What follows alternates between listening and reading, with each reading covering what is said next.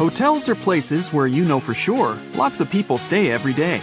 And not all of those places pay attention to cleanliness as much as they should. There can be bed bugs and other pests around that you won't notice until it's too late. So here's the deal. When you arrive at a hotel and open your room, don't rush to open your bags and put all your clothes onto the shelves, and especially the bed. Better place your bags into the bathtub for the time being, and go check the room for those pesky bugs. Check out all the rugs, soft furniture, cushions, and all other places that pests could live in. Only after you've done that, take your bags out of the bathtub and unpack. The bathtub is the safest place because no bugs are able to survive there. So, naturally, none of them will crawl into your stuff while you're not looking.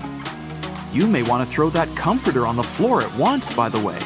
While sheets may be cleaned regularly, the comforters are not. Some hotels wash them every week or so, but others don't even bother. Same goes for your bedding. Most high-end hotels will change the sheets daily, but a lot of budget ones don't change the pillows or bedding after a guest checks out. Definitely a good idea to request fresh pillowcases when you arrive. It's also best not to drink out of that glass in the bathroom, as many glasses aren't cleaned properly. Some workers even use disinfectant or furniture polish to get the glasses looking spotless. Ever wondered why they never use fitted sheets in hotels? They might be convenient, but they're impractical for hotel use. The sheets are changed much more often than you do it at home, and the elastic becomes worn out all too soon. Besides, it's a nightmare to store fitted sheets. They have to be of two different sizes, one for either type of bed. It's just easier to take 2 universal flat sheets per double bed and get on with it. Speaking of sheets, you must have noticed that bed linen and towels in hotels are almost always white. The first reason is convenience, of course. When everything is white, it's easy to wash it all together and use bleach to get rid of any possible stains. The second explanation, however, is customer experience. According to public polls, people perceive a white color as luxurious and fresh, which makes their stay more pleasant. If you see an unusually attractive price for a room on a website, be careful. It might not include a mandatory resort fee. If you have an option to pay for a room in advance, you'll see the final cost at the checkout. It'll normally list the initial price you saw before booking and all the extra charges, resort fee included. If you decide to pay at the hotel, though, you might be up for a surprise when you check out. So always make sure to read the fine print. You may have seen a rather weird thing in many hotels, a phone in the bathroom, especially just next to the toilet. You'd probably be surprised to know that it's an actual requirement for hotels to receive a 4-diamond rating from AAA. But this also makes pretty good sense. For example, if you slip and fall on the wet floor of the bathroom, a phone can be handy to call for help. Returning to bathrooms, hotels typically don't provide plungers in rooms. You see, hotels want you to have a feeling that you're the first person ever to enter the room you're staying in. It's a question of your comfort, which is the primary concern of any respectable hotel. And a plunger in the bathroom, according to anonymous polls, makes people think that the toilet may malfunction at some point, which doesn't help the image. If your hotel has card keys with magnetic strips, make sure you put your card key apart from your cell phone and wallet. The problem is that key cards are rewritten quite a lot, and they're designed for that process to be quick and easy. So, a fairly strong magnet, like the one in your cell phone, could erase your key card, and you wouldn't be able to get inside your room. The hotel will surely provide you with a new card, but that's still inconvenient. Many hotels only accept credit cards as a form of payment, and without one, you won't be able to book a room directly or use the paid services provided by the place.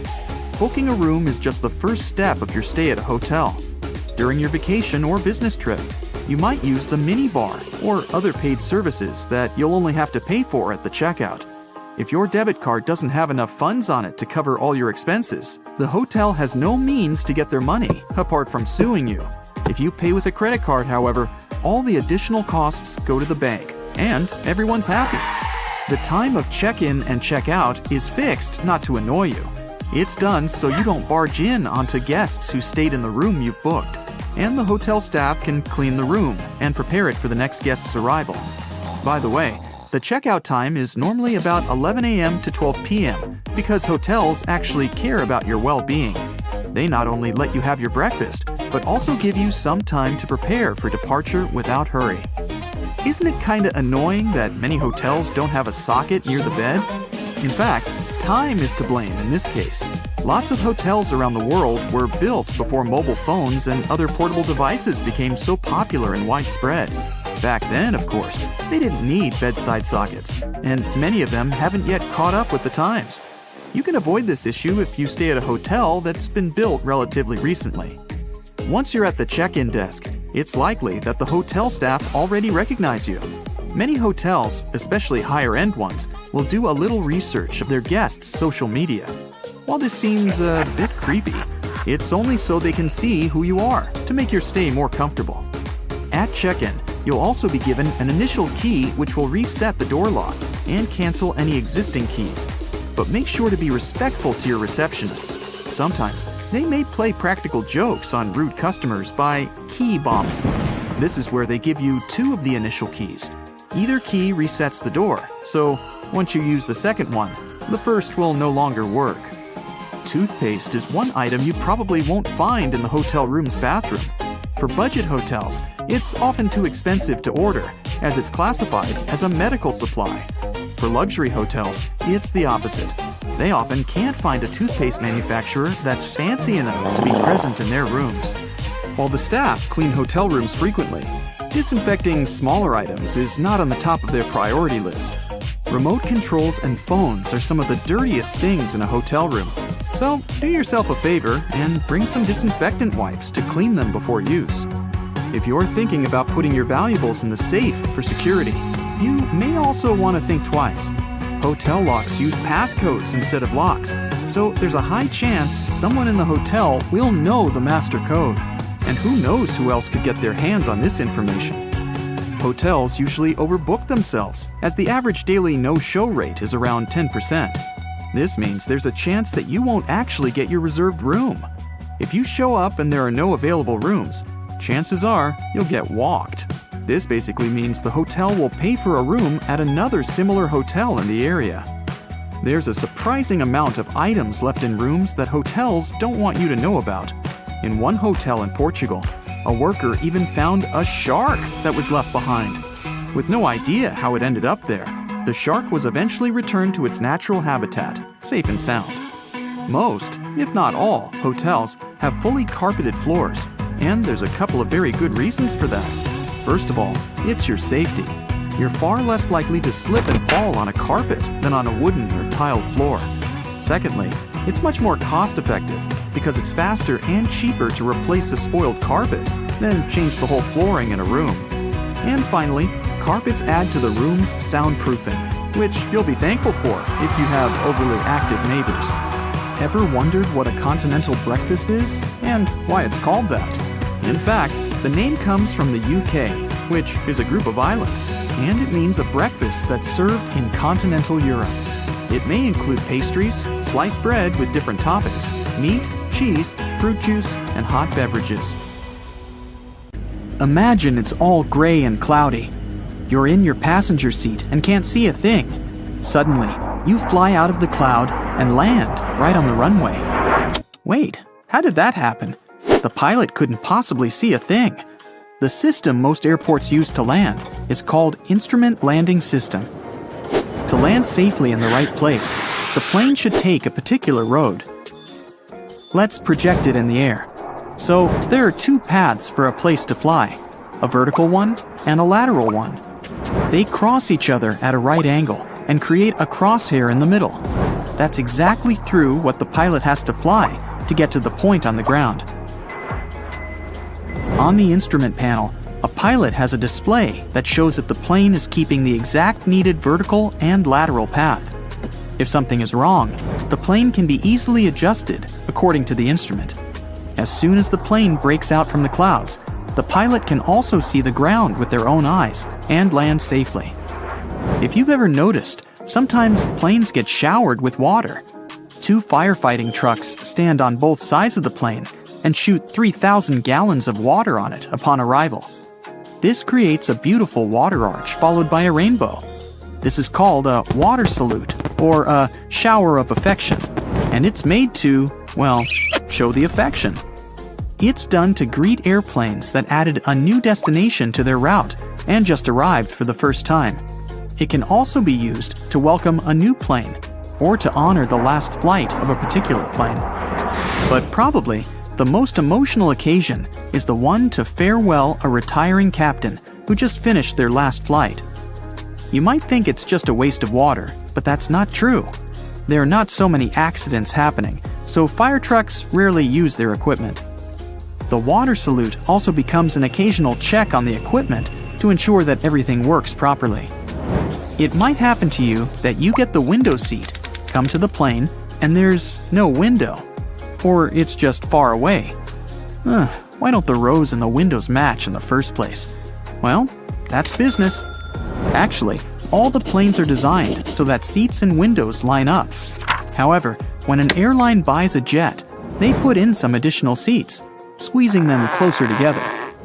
This way, they have more seats, more passengers, and sell more tickets. But you get less space for your legs and probably miss out on a window. If you've ever flown, you've probably noticed those little holes on windows. An airplane window has 3 panes of plexiglass. That tiny hole is only in the one that's in the middle. It exists to regulate the huge pressure difference inside and outside the cabin. This way, the outer pane can handle the load. If the outer pane breaks, the middle one, even though there's a hole in it, will be able to keep the window intact. Also, that hole keeps the windows from fogging up. Maybe you've noticed that you always enter the plane from its left side. Firstly, the captain usually sits on that side. This way, it's easier for the captain to align the plane with the terminal jet bridge. Also, the aircraft is fueled and loaded with the baggage on the right side. If passengers come from the left, the crew can do their job undisturbed. If you've ever flown at night, you might have noticed that a plane has flashing lights on its wings. Well, in total, there's even more types of lights, so let's see what all of them are for. At the front of the plane, at mid-height of the nose wheel shrub, there are taxi and takeoff lights. Taxi lights are used when the plane is on the ground. They point in a straight line and illuminate the taxiway. The takeoff light is brighter and turns on when the plane is about to take off. Below, there are also runway turn-off lights. They light up the way at a wider angle so that the pilot can also see runway exits and turns. On either side of the plane, there are wing and engine scan lights. They're used to check if there are any damage to the wings or some ice after flying through clouds. On the bottom of the plane, there's a bright flashing red light that's called an anti-collision beacon. It's used to show that the plane is moving and it's dangerous to approach it. It should be turned on right before starting the engine and turned off only once the engine stops working. Under the wings, there are the landing lights. They're kept on until the plane reaches the height of 10,000 feet. Then, when approaching the ground, they're turned on at 10,000 feet again to make the plane more visible. Finally, the red and green lights on the wingtips are called navigation lights. There are actually 3 of them. There's another one, white, at the tail of the plane. From the pilot's perspective, the light on the right side is green, and the light on the left is red. They each have a 110-degree opening angle. The white light at the tail has the opening angle of 140 degrees. So together, they make the whole circle of 360 degrees. These lights are used so that pilots or other planes could determine in which direction the plane is flying. There are also high-intensity strobe lights. There are 3 white flashing lights, one on each wing and one at the back of the plane. They're turned on when the plane is on the runway, so that the plane is visible to other planes that might use the same runway. Finally, there are lights that illuminate the company's logo on the plane. There are 2 possible ways to descend for an airplane, the direct and the indirect descent. The instruments on the panel show the plane's altitude. Let's say it's 27,000 feet. The pilot also knows the speed, which is 300 knots. Now they have to figure out how much of the distance they have to lose to arrive. If the airport is close to sea level, they need to go down exactly 27,000 feet. If we divide 27,000 by 300, we get 90 nautical miles. This is the minimum distance needed to descend, which is a straight line from the plane to the runway. Well, imagine now that we're flying to the airport of Sucre, Bolivia. It's located 10,000 feet above sea level. Therefore, 27,000 minus 10,000 equals 17,000 feet. So, the pilot will only have to go 17,000 feet down instead of 27,000 feet. In this case, the minimum distance is smaller as well and is equal to 17,000 divided by 300, which is equal to about 57 miles instead of 90 miles. But more math comes into place because you can't descend with this speed at all times. Some of that must be lost. On average, pilots reduce their speed to 200 knots. They lose about 10 knots in 1 nautical mile. Therefore, if the speed is 300 knots and we need 200, we have to lose 100 knots. If we divide the 100 by 10 knots, we get 10 nautical miles that we'll need to reduce the speed. Well, they also account for the wind, but let's leave it behind so it doesn't get too complicated. We're not in a math class after all. So, these additional miles that are needed to lose speed are added up to the direct distance calculated. Therefore, 90 miles plus 10 miles gives you 100 miles. If we accounted for the wind, which pilots normally do, this distance also adds up to the total one. Therefore, the pilot should start the descent at 100 track miles. Every 10,000 feet, the pilot should check if they're on the right track and adjust the vertical speed accordingly until they finally land. But it might happen that the controller doesn't give permission to descend when it's already needed to start because of the traffic. This means that the pilot must keep moving forward without descending, shifting away from the descending profile. When they finally get the permission, they're already off. So, you can't reach the airport if they don't adjust. There are 2 things to do in this case. First, the plane can be pitched down. The pilot takes the plane below the descending profile as fast as possible. This way, there still might be enough space and time to slow down the airplane again before landing. Another way is to ask for more track miles. If the pilot realizes there's no way to lose enough altitude and speed to arrive, they don't fly directly to the airport. They can take some turns to increase the distance to have more time to reduce altitude and speed. And then, finally, they land. Hey, come on, get your swimsuits ready, because we're about to go on a tour of the world's craziest pools. Say you find yourself in Australia, yearning for a little adventure. Well, then waste no time. Head down to Crocosaurus Cove in the city of Darwin. There, an unexpected predator will be waiting to take a morning dip with you. Yup, you heard correctly. Crocosaurus Cove offers the unique experience of swimming with saltwater crocodiles just a few inches away. Here's how it works. If you're one of the brave ones, you can choose to dive into a crocodile-filled pool inside a cage. The cage is a cylindrical plastic box, strong enough to keep you safe throughout the experience. Inside it, you'll be lowered into the pool and get a first-hand perspective of a 16-foot croc. One of the croc's trainers will be feeding the predator right in front of you, just so you can appreciate the big boy's 3-ton bite force. Yeah, right. Hey, after you, I'll be here studying the liability waiver form until you get back. Now, if you're afraid of heights, I'd stay away from this pool. Located in the Market Square Plaza in Houston, you'll find a world-famous pool. Let's just say this pool went the extra mile, or maybe we should say it went the extra 10 feet. When you first walk onto the building's rooftop, you'll see sparkly blue waters and loungers to relax on. Pretty normal, till now, but on the far end of the pool, the shape suggests something different. That's because a part of the construction juts 10 feet beyond the side of the building, making a part of the pool dangle over 500 feet above the pavement.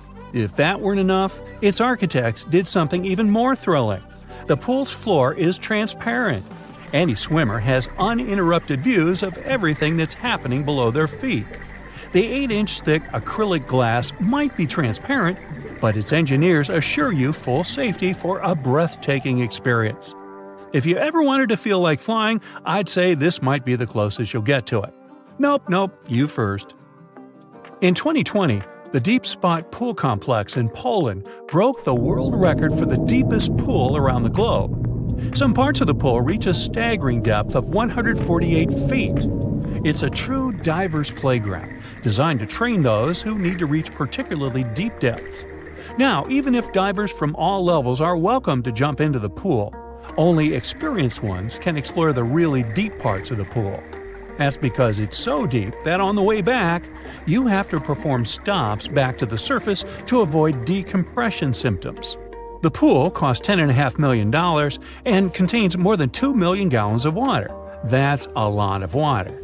And below all that, it's composed of a large network of tunnels, obstacle courses, and even a small shipwreck used by divers to hone their diving skills. Oh, and they've even got a theme going on down there. To enhance a diver's experience, the pool is filled with ancient Mayan-like ruins as its main decor. Ah, Las Vegas, the city that takes things above and beyond, and especially they take your money. Well, if you're looking for an unparalleled swimming experience, then the Golden Nugget Hotel Pool might do the trick. They've got one thing here you won't find anywhere else: a water slide that takes you right through the middle of a 20,000-gallon shark tank aquarium. You can slide as many times as you want, inches away from shark-infested waters. The tank has a variety of 5 species of shark, including 4 blacktop sharks, 3 tiger sharks, 4 sandbar sharks, 2 scissor sharks, and 2 nurse sharks, not counting the card sharks at the blackjack and poker tables. To complete the display, there are also hundreds of other exotic fish in the tank, and amazingly, it's rare that the sharks try to eat them. Believe it or not, it took $30 million to build this shark meat human enterprise. So, what do you say? Are you in? If you've been to downtown Singapore since 2010, you have surely seen this next swimming pool. It's impossible to miss it. The skyline of the city is dominated by the Marina Bay Sands Resort, a 55-story hotel that consists of 3 towers connected by a huge sky terrace. On this terrace, you'll find the hotel's jewel, the world's highest rooftop infinity pool, standing at a height of 620 feet above ground. It might be a scary experience, but the view is spectacular. Not to mention that the resort itself is an architectural wonder. The rooftop alone needed over 422,000 pounds of stainless steel to hold the total of 376,000 gallons of water that make up the pool. Just don't expect a tranquil environment in the pool lounge area. Overall, it's filled with tourists from 6 a.m. until 11 p.m. when it closes. Then again, taking a dip at the Marina Bay pool at night might be one for the books. The Città del Mare Resort isn't exactly a luxurious retreat on the shores of the Mediterranean. Located in Sicily, Italy, the resort raised the bar pretty high with its swimming pool complex. Usually, when you're vacationing at a beachside venue, you have a choice between swimming in the fresh water of a pool or the natural salt water of the ocean. But not here. At Città del Mare, you get the best of both worlds. Thanks to the network of pools connected by water slides, you can go from pool water to seawater in a jiffy. The pools are connected by the slides, which in turn can slide you all the way down to the Mediterranean Ocean. It may feel strange, starting in a chlorinated pool and ending up in the sea, but after your first time down the slides, you'll be certain to be climbing straight back up the stairs for another go. The stunning Ubud Hanging Gardens is a resort located in the heart of Bali. It takes inspiration in part from the ancient hanging gardens of Babylon. Here, guests are in for a one-of-a-kind swimming experience. The hotel's split-level infinity pools offer spectacular views out across the backdrop. You'll swim nestled deep within the jungle. Besides that, the pool is built from magnificent solidified volcanic ash, lined with locally sourced stones. It's like a pristine oasis in the middle of the canopy. Swimming up to the edge, you'll feel as if you're going to continue drifting off into paradise. No wonder this pool has won multiple awards for being the best pool in the world since it first opened. Now, if you like swimming in nature, you should also check this one out. The Chongwe River House is a safari resort located in the open plains of Zambia. The resort's unique feature is the individual villa's swimming pools, and the fact that they look like a natural landscape formation is just one of the reasons why they're impressive. Built from local materials such as pebbles from the river, the pool allows you to swim immersed in wildlife. Since it overlooks the Zambezi River, you'll normally see animals, such as elephants or giraffes, coming to quench their thirst a few meters away from the pool.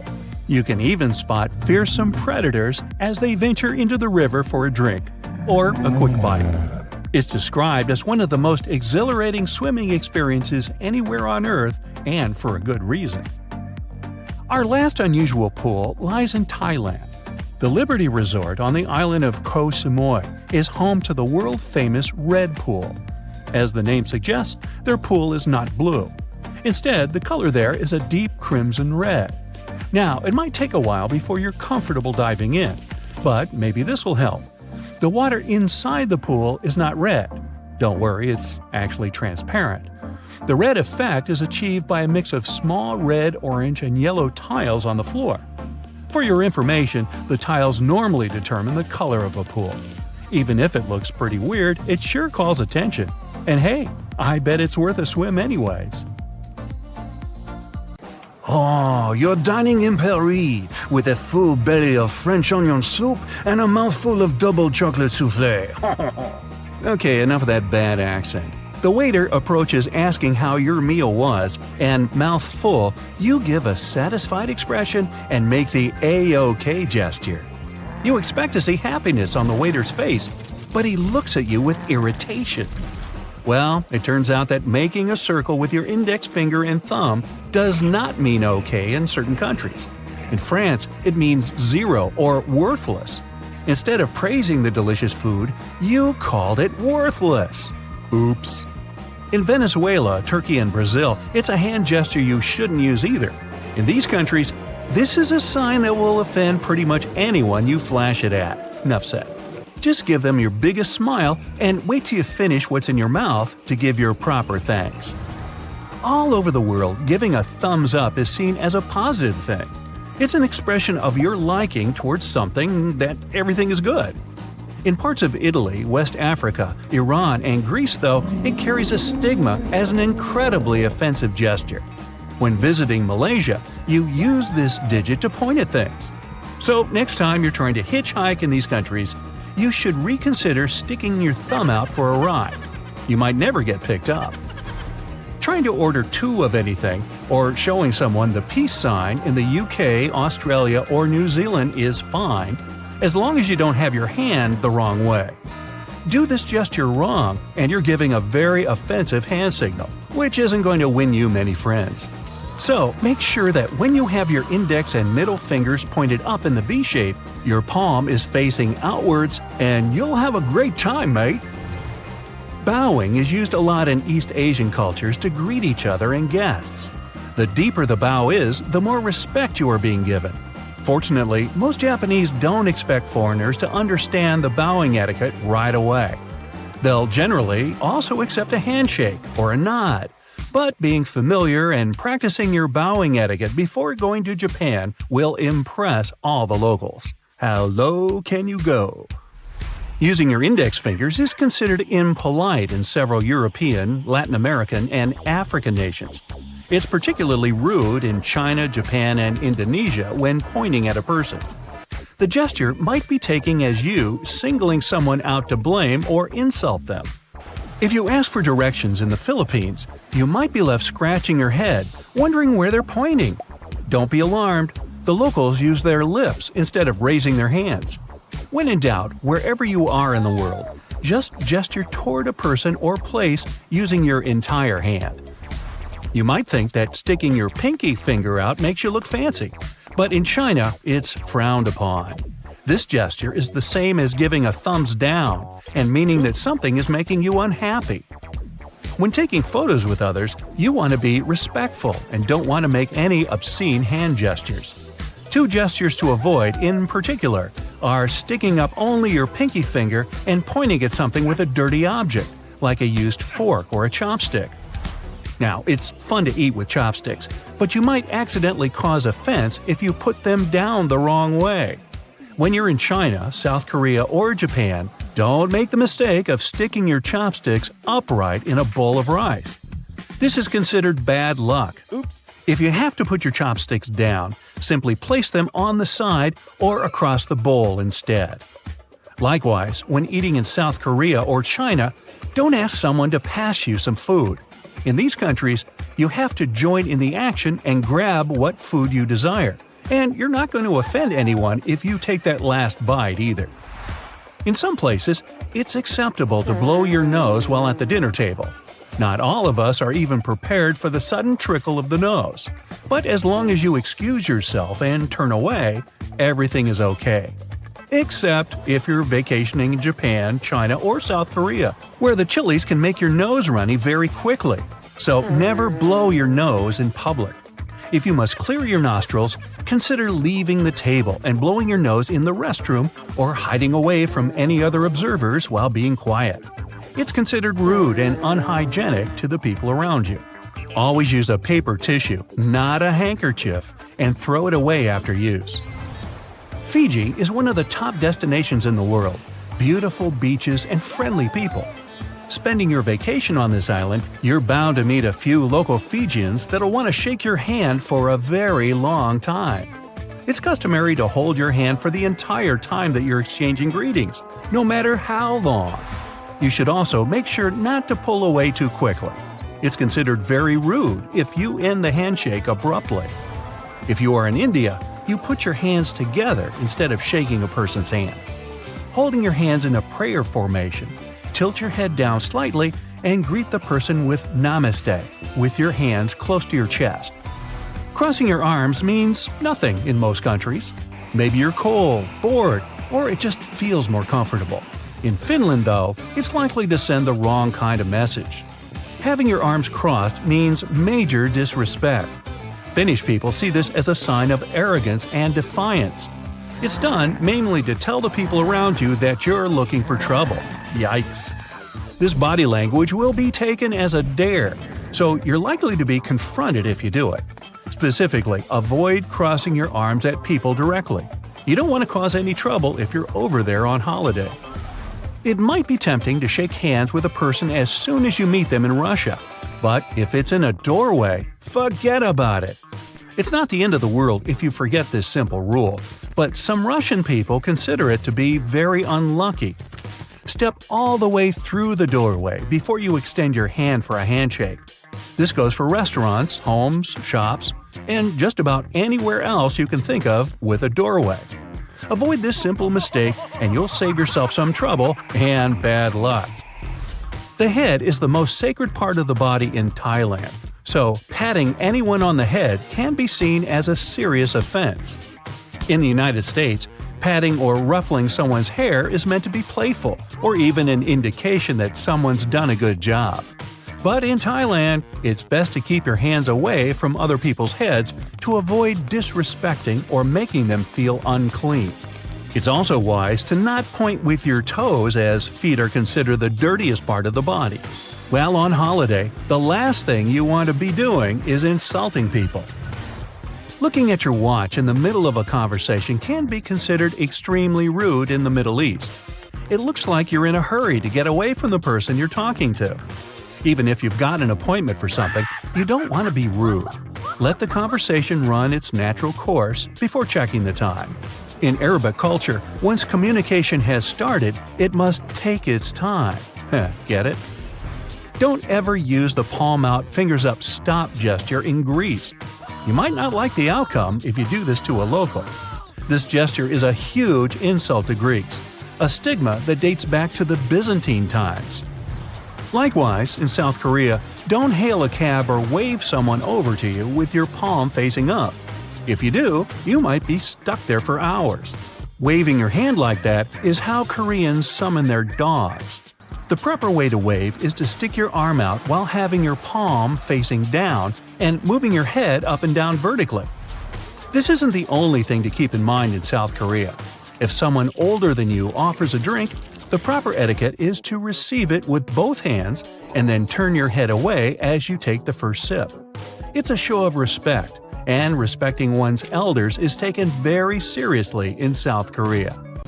It's your first trip to Egypt, and your new friends there invited you for lunch.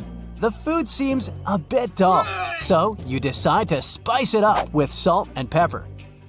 You don't see it on the table, so you ask the host for it, and you notice everyone's shocked. It turns out, it's a huge insult to the cook when someone wants to change the original taste of the food on their plate. The cook made it that way for a reason, and wanting to spice it up means showing that the dish wasn't good enough. You're used to doing it as a kind gesture around the world, but don't tip waiters, taxi drivers, or hotel workers in Japan. They can get offended because they already get paid for providing you with good service, and there's no need for extra money to make it any better. If you really want to show appreciation, just say thank you. It's okay to tip private guides, tour companies, and interpreters. You can put any amount that feels right to you in an envelope and hand it down to them. If you want to impress your new Japanese friends or colleagues, take some time to study chopstick etiquette. When you master the art of holding chopsticks, remember not to rub them together. People do it to remove splinters, so it might look like you're unhappy with the quality of the pair that your host provided you with. Don't put your chopsticks vertically in your bowl of rice. This way, it can be seen as an offering to the deceased. Don't wave chopsticks in the air or use them to point at things. Both are considered really rude. The same is with moving things with your chopsticks or the hand holding them. It looks disrespectful, plus you're likely to spill things. When in Italy, don't order a cappuccino after noon. The locals don't do it because they believe the milk and foam turn this drink into a meal, and it's not good for digestion. Also, be prepared to enjoy your coffee standing at the bar and pay for it before you even order it. First, you pay the cash register, then show the receipt to the server to get your drink. Are you a big fan of chewing gum? Well, you'll have an uneasy time in Singapore. Using, selling, and importing chewing gum is banned there, and you'd have to pay up to several thousands of dollars for doing it. This law was introduced in the 1990s to make the city cleaner and keep the local fast trains up to schedule. When they launched a new transit system, passengers stuck gum onto train door sensors, causing some serious delays. With the new rules, this problem was solved. The no gum policy, along with many other strict rules, did help to make Singapore a really clean and fine city. Pun intended. If you absolutely can't imagine your life without chewing, the local authorities recommend replacing the gum with bananas. When someone asks you to pass them something, like salt at the table in Bolivia, don't give it directly to them. Hand it to the person sitting next to them, and they'll pass it for you. If the person next to you is asking for that little favor, you still can't hand it straight to them. The person next to you will have to help. This table etiquette comes from a superstition that handing something to someone directly into their hands brings bad luck. For the same reasons, you can't reach across the table or stand up to pass something or toss it to someone. And don't forget to keep both hands on the table when you aren't eating. It might look like you're trying to hide something if your hands aren't visible at all times. When you arrive for a meal in Jordan, the hosts may give you some bitter Arabic coffee as a warm welcome. Don't try to stretch it for the rest of the evening. The polite thing to do is empty it fast. Only when everyone's done with the drink do people go back to socializing. As you pass the empty cup to the hosts, make sure to jiggle your wrists. If you just pass it without jiggling, it will mean you're asking for a refill. Don't rush to arrive at an event on time in Venezuela. People might think that you're rude or greedy. The polite thing to do is to be 10 to 15 minutes late. Events scheduled for 7 o'clock will often begin at 8 o'clock or later. A popular story goes that in the 1980s, a foreign reporter arrived at a press event more than an hour late. When he saw the room was mostly empty, he went to apologize to the host for missing the event. The host then told him he was the first reporter to arrive.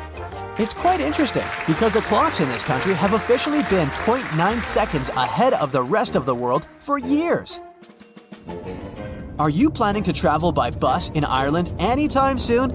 Don't forget to thank the driver for the ride on your way out of the bus. You'll hear an overwhelming majority of locals do it loudly, as it's basically not optional. Choose the gift wisely if you've been invited to a home in Vietnam. It's okay to bring fruit, sweets, or incense. Handkerchiefs are believed to be a symbol of a sad farewell, and cutting tools are a sign of cutting relationships. So don't bring those. Wrap your gift in colorful paper and don't opt for black. The locals believe this color to be a bad omen. When you present the gift, hold it with both hands. And don't be surprised if the hosts don't open it right away. It's done after the giver has left.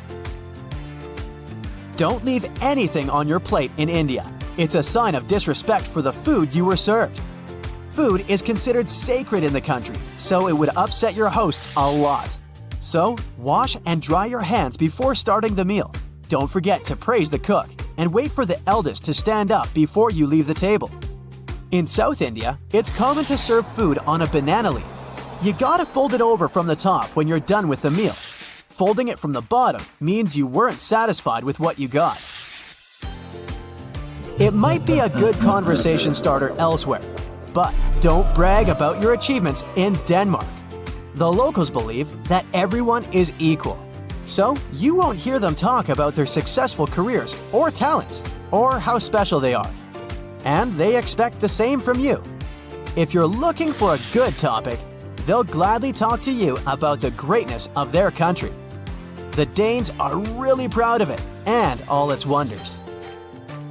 If you're going on a trip to Germany and plan to drive on the famous Autobahn, make sure to tank up before you hit the road. Stopping, parking, making U-turns, and backing up on this super speedy highway is illegal. Yes, even if you have to stop because you've run out of gas, you'll have to pay a fine since you were supposed to plan things better. And although the Autobahn technically doesn't have a speed limit, watch out if you're passing by urban areas like Frankfurt, Berlin, and Munich, or construction works and heavy traffic. There will be special speed instructions for these spots. In case you're planning to explore Cyprus by car, quench your thirst before you start the vehicle. Drinking anything, including water, isn't allowed while driving on the island. So if you can't resist snacking or drinking behind the wheel, prepare to pay a fine. In Ethiopia, you gotta think twice before choosing a gift for someone. They see it as a debt they'll have to repay in the future. So, if you bring something really expensive, the receiver will either have to spend a lot of money on a return gift or feel indebted to you.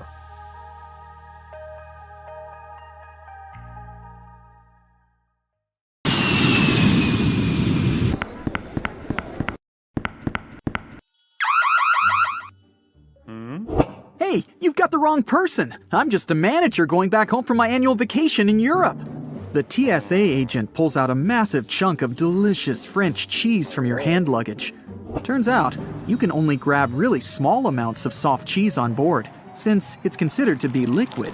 Fun fact, you can bring a cheese grater on board without any problems, but you can grate no more than 3.4 ounces. That's the maximum cheese amount. Wait, you can't grate it. Cheese should be safely sealed in a plastic bag. Good news, hard cheese is fine to travel with. Okay, they took your cheese, a large bottle of water, you're bad, some cream tubes, and other fancy souvenirs. Look at that fine Swiss knife you grabbed in Geneva. It now risks ending up in an auction.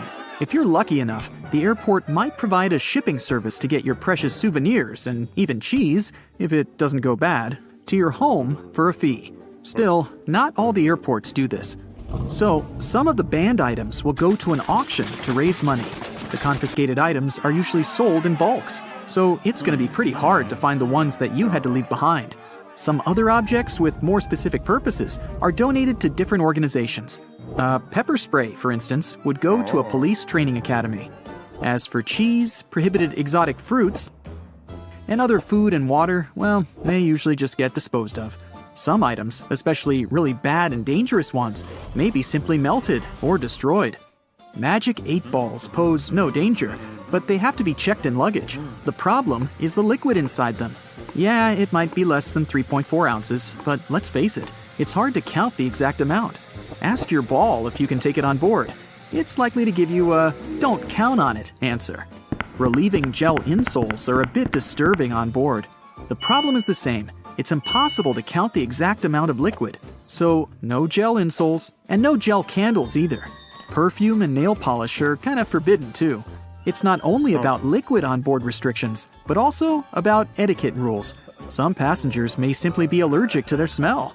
Plus, they're flammable. As for nail polish removers, opt for an acetone-free version, since acetone is a no-go for hand luggage. Anyway, you can grab a bottle of perfume, as long as it's not too large and you don't use it on board. It would be a pity to leave a whole bottle in the trash bin before boarding. Still, you can sneak in the plane with more than 3.4 ounces of your favorite cream, claiming it's some medicine that you really need. But you do need to notify the airport beforehand. A bit weird, but it works. Sometimes. In case you need to check your body temperature on board, make sure your thermometer is electronic. Mercury ones are strictly forbidden. Who's going to pick up all the mercury balls if you accidentally drop it? Bowling pins are a no-go for hand luggage. Seems like the aircrew doesn't want anyone to have fun and play bowling in the aisles during a long and boring flight. No, it's all about our safety. They just think bowling pins might hurt someone.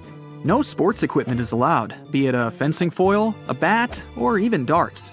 Darts are sharp, and no sharp objects are allowed on board.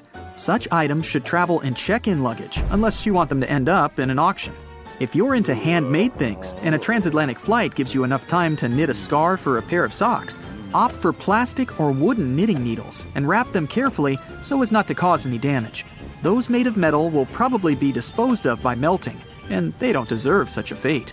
Snow globes, as with any other object containing liquid inside, aren't allowed through security. If your snow globe is as small as a tennis ball, you may be lucky to have it allowed, but it's better to play it safe and check the snow globe in. Liquid bleach is definitely a weird object for hand luggage, even if you're traveling in a white shirt. First, it's not allowed on board because it's highly flammable. Second, a brand new white shirt doesn't seem to be the right choice for a flight. Coffee and turbulence just don't mix. Third, the bathroom on board is far too small for laundering. If you're a hairdresser on a business trip, you'll probably have to invest a bit more when booking your flight. No hair bleach is allowed on board. Scissors aren't welcome either, unless their blades are 4 inches or shorter. By the way, scissors that aren't allowed to fly are often donated to schools, which is a good alternative to disposing them. Bad news for hairdressers again. Due to a gas cartridge that's filled with butane, cordless curling irons aren't allowed on board. Good news, electric curling irons are completely fine and safe. If you're an artist, you must have already struggled with security rules. You don't want your paint to get frozen or ruined in the luggage section, so you'll surely want to bring it on board. Security may be okay with your oil paints as long as they're under 3.4 ounces, but there's no way you can grab your extremely flammable turpentine. Now, in case you don't enjoy food on a plane and failed to order a meal on board beforehand, you can take any pan or pot on board and cook it yourself. No, you can't cook, and you can't grab a cast iron pan either. They're quite heavy. That's why they're likely to be dangerous. If a TSA agent confiscates it, it won't end up being donated to a local kitchen. It'll probably be melted. If you want to have some fresh smoothies while flying with fresh fruit that are allowed on board, like an apple or a banana, bad news for you. Blenders are allowed only in case you remove the blades, so technically it's not a blender anymore. Hey, here's when you need that cheese grater. English Christmas crackers can make a wonderful atmosphere of joy and happiness during Christmas holidays, but it brings nothing but a mess on board.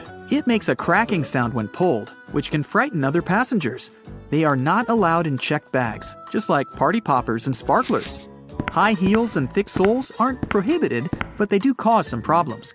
If you're wearing one of these, you may be asked to take them off to have them scanned. Sure, there are some plastic shoe covers, but these airport floors are swarming with germs. Wedding dresses are a bit of a problem too.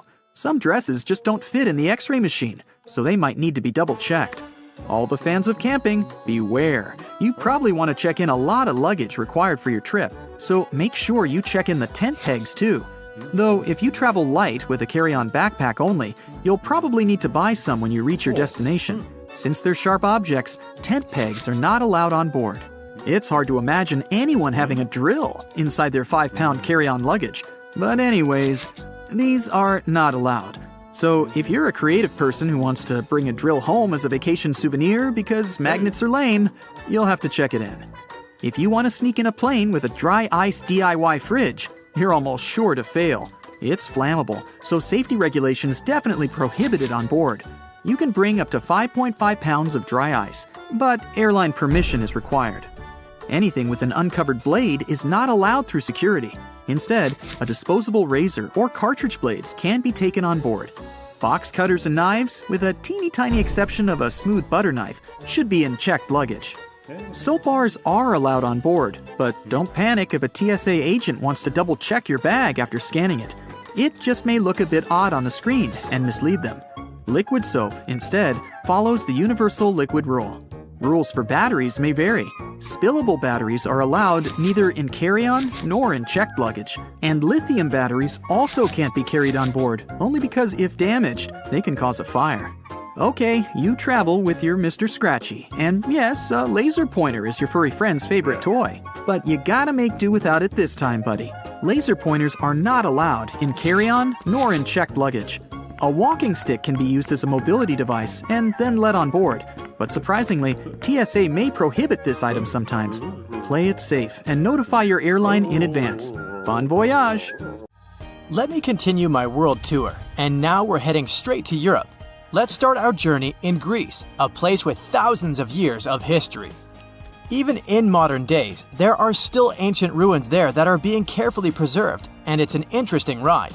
The airport of Athens has a built-in museum with ancient artifacts. And here's how ancient and modern coexist there. Here's the view of the Acropolis from the street. A Spartan roaming the streets of Greece. A Redditor shared a photo of a modern building built right over the ancient ruins. The visitors can see the ruins through the glass. Greece is also very well known for its cats roaming the streets everywhere. This Redditor spotted a cat guarding the National Bank of Greece. These days, everyone is trying to reduce the usage of plastic. Some use paper straws and some go with glass straws. But this cafe in Greece offered to use macaroni as straws. I'm not sure if it's stupid or genius. Another user went to a restaurant in North Macedonia and got baffled when they served slices of pizza on waffles. Double win, a snack and no waste. In Romania, vending machines seem to be a thing. This one, for example, is a machine with ham. And here's a better one, a vending machine selling cartons of eggs. Scrambled eggs, probably.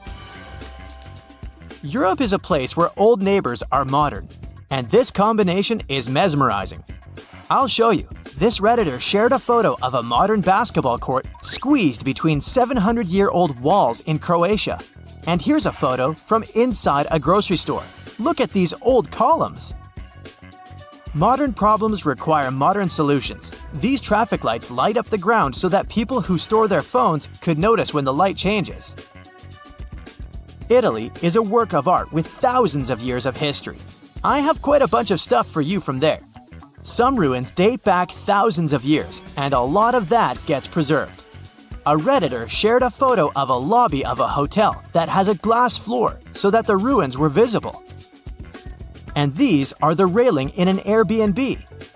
Even street signs are a work of art in Italy. Look at this one. Another Redditor shared even more designs. This Redditor showed a photo of a supermarket that is located in an old theater in Venice.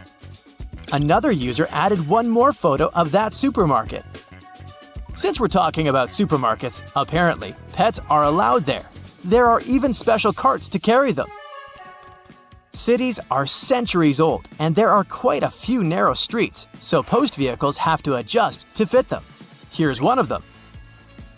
Some cities have canals or are located on islands, so boats are a thing. This is a UPS boat at Murano Island. Europe is packed with countries. The city of Basel in Switzerland is located right on the border with France and Germany, so the airport has 3 exits. You can walk out of it to France, Germany, or Switzerland. Let's walk out in Germany. Look, there's a traffic light with a girl walking a camel. The reasons are a mystery to me because camels aren't really a German thing, but it's cute. Here's another unique streetlight featuring Karl Marx, a famous German philosopher. Back to baffling vending machines. In Germany, you can find vending machines with sausages. Hamburg is Germany's major port city. There's a river that connects it to the North Sea. No wonder there's a drive-through McDonald's for a boat. Look at this design of mineral water that is being sold in the Swiss Alps. A Redditor brought a souvenir from France. These are baguette-shaped pens. Look at this narrow house in Spain. I wonder what it looks like inside, but unfortunately, the Redditor only shared the exterior. In Portugal, cell phone towers are disguised as trees. And this is a bus that can ride the roads and then turn into a boat. A Redditor spotted doors in London that have doorknobs in the center. This seems super inconvenient, but apparently the handle doesn't turn and exists only to pull the door closed. And the metal part with the keyhole has a little handle on the bottom of it. Europe is a historical place. This post box bears the mark of a king ruling over a century ago. Back in the day, red telephone boxes were in high demand. Nowadays, when every person has a cell phone or two, not so much. So telephone boxes are being used in different ways. This one, for example, is now a smartphone repair shop. Luxembourg is a small but rich country squeezed between France, Germany, and Belgium, and they have baguette vending machines. Let's move north first, to the Netherlands. Farmers border their fields with a strip of flowers and put up a sign with a QR code, where people can pay for picking the flowers. And here's just a weird installation spotted by some Redditor. In Denmark, in Aarhus, a city founded by the Vikings in the 8th century, you can find traffic lights with Vikings pictured on them. Some trash cans in Swedish subways have a separate space for cans. Homeless people can pick them up and exchange the cans for some cash. There's a giant statue of a silver moose in Norway. And these are signs on bathroom stalls depicting reindeer. Apparently, Finnish people are as polite as Canadians. On the bus, they have a button to thank the bus driver. Also, a Redditor spotted a raccoon pattern on a bus seat. We all know rocking horses. Most of you probably had one in your early days. Well, Finnish little people have rocking moose. Many people come to Iceland hoping to see the northern lights. A Redditor had a phone in the hotel which had a special button to wake the guest up when the northern lights appear. Lithuanians sometimes put fake police cars on the sides of the road to combat road speeding.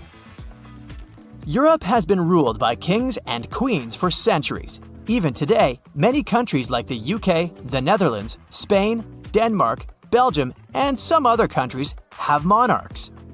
So, no wonder that there are hundreds of castles scattered across Europe.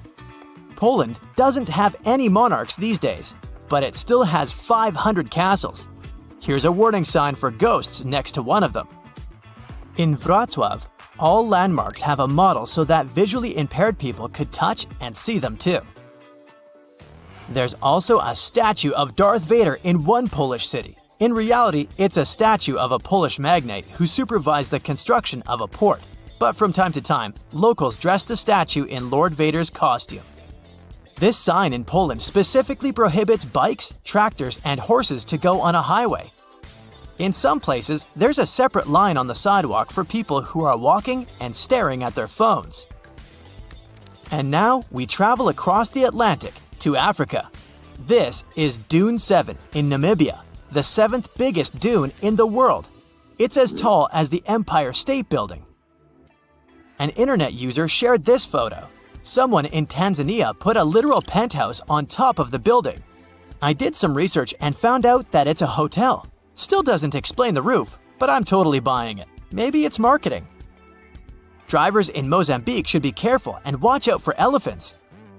And this is a sign from South Africa. Watch out for penguins. And another one that asks to baboon-proof the trash bins. So baboons are the raccoons of South Africa. Trees growing through the roads aren't surprising anymore, but this is a palm tree in Morocco growing through multiple balconies. A Redditor shared a photo of a runaway horse in Israel returning to the backyard in an urban area. Urban horse encounters are relatively common in the country. A hotel in Turkey served a whole honeycomb for breakfast to this Redditor. The Himalayas have some of the highest peaks in the world, including Mount Everest. But it's no surprise airplanes find it difficult to navigate the area. But why are commercial airplanes actually banned from flying there? For starters, these mountains have an average height of more than 20,000 feet. Mount Everest, the highest mountain in the entire world, stands at 29,037 feet high above sea level. The area is rough, filled with snow, and has almost no flat surfaces. In case of sudden cabin depressurization, it would be really difficult to perform an emergency landing, since there's literally no flat area there. More so, the low oxygen environment at such an altitude means there's likely to be a lot of turbulence. Not only is it really unpleasant for passengers, but random air movements and high wind velocity means that it's really difficult to maneuver the airplane. This area is also quite low populated, so there's not much there in terms of radar systems. And radar is crucial for aviation safety. Without radars, pilots would be unable to communicate with the ground to figure out flight conditions. It can also get so cold up there that jet fuel might completely freeze. Sure, the fuels used in airplanes usually freeze at around -50 degrees Fahrenheit, but it may be possible above Everest. The lowest temperature was recorded there back in December 2004, when thermometers showed a staggering -44 degrees Fahrenheit. So, no wonder pilots don't want to ever take that risk, especially on a commercial flight. Among the few airports located in the Himalayas, there's one considered to be the most challenging to land in the world. Only 8 pilots on the planet are certified to do it. It's called Paro International Airport, and it's located in Bhutan, a landlocked country in the eastern Himalayas. First, landing there is so dangerous because you're literally flying through some of the world's tallest mountain peaks. Not to mention that those 8 pilots also have to consider strong winds. Despite the challenges, they do manage to safely land over 30,000 people each year. Moving further, there's no radar there to guide the pilots, so they need to maneuver the aircraft entirely in manual mode. The pilots need to track their movements based on specific visual landmark checkpoints as they approach the runway. Moreover, flights are only allowed there during daylight hours and under good visibility. These pilots also need to watch out for utility poles and roofs on the hillsides too. It means they often squeeze their planes between mountain peaks at 45-degree angles before dropping quickly onto the runway. No wonder only 2 airlines fly to Paro International Airport.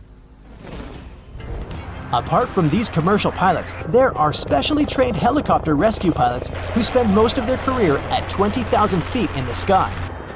Most of the time, they partner with equally experienced climbers who train by crossing the Khumbu Icefall. It's dubbed the most dangerous square mile on the planet. Made up of ice pillars as tall as a 6-story building, this huge stretch of the glacier on Everest's western side is filled with bottomless ice holes. It takes between 4 to 12 hours to get from one edge of the icefall to the other, depending on the experience of the climber. You may think it's a pretty serene location since you're literally only surrounded by ice and snow, but these local professionals claim otherwise. One Everest veteran said that the noise was actually the worst part of the job. The mountain produces awful squeaking sounds and sometimes even sighs. It often makes people feel like it's talking to them, warning them about the treacherous environment. Mount Everest isn't the only no-fly zone in the world. Surprisingly, Disney parks are also part of this exclusive club. So you won't ever be able to look out of your plane window and see the beauty of fairy tale castles from up above. In recent years, a lot of crowded tourist attractions, including Disney parks, have increased their security measures to make sure their visitors are as safe as possible. As such, no aircraft is allowed to fly within 3,000 feet of Disneyland in California or Walt Disney World in Florida. It was initially a temporary ban, but this rule became permanent back in 2003. Some other places don't have planes flying over them because of their historical importance, like Machu Picchu, located in the Peruvian Andes Mountains. There's also a large number of rare wildlife species and plants that grow exclusively in this area. It's crucial that they're protected as well as possible. What does it have to do with planes not flying over that area? Firstly, it reduces the volume of harmful chemicals in the area. Secondly, if a plane ever needed to perform an emergency landing in this location, it'd cause irreversible damage to buildings and wildlife. Surprisingly, planes can fly over the Greek Parthenon in Athens, but with one condition: not to get closer than 5,000 feet above it. This way, the historical building is kept a bit more protected from any emergency landings, since there are specially designated areas around it. You won't be able to see the Taj Mahal from above either, since it's one of the most important, oldest, and most beautiful pieces of architecture in the world. It also needs added security features. This building dates back to the 1600s. UNESCO announced it a World Heritage Site in 1983. The Indian authorities set up a no-fly zone above it in 2006. They did it to safeguard not only the building itself, but also the crowds of tourists that come there each year, 7 to 8 million people. Buckingham Palace is well known for being the residence of British monarchs. So, for the Queen's security, a no-fly zone was set up here too. Planes aren't allowed to fly over Windsor Castle either, to make sure the royal family is equally protected. Other important British buildings with no-fly zones include Number 10 Downing Street, the British Prime Minister's official residence and office, and the Houses of Parliament. George Washington's home in Mount Vernon, Virginia, can only have planes flying above it at more than 1,500 feet. The historical wooden mansion was built for President George Washington between 1758 and 1778. Unfortunately, the building has seen a lot of damage over the years, so in an effort to preserve it better, authorities decided to prohibit vibrations produced by flying aircraft. That's why another no-fly zone was established there. It covers the airspace above this National Historic Landmark. That's probably the reason why you'll rarely see pictures of this house from above.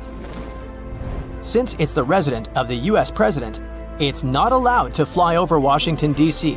It's also the home of Congress and other establishments. So, the authorities set a special flight rules area, stretching for 30 miles around Ronald Reagan International Airport. This means that it's one of the airports with the most precise takeoffs and landings. Pilots have to carefully tackle no-fly zones, which sometimes results in uncomfortable takeoffs for passengers. Whenever a pilot breaks a no-fly zone, it's a big problem, like the one that happened back in 2005, when a pilot accidentally steered the plane into a prohibited zone.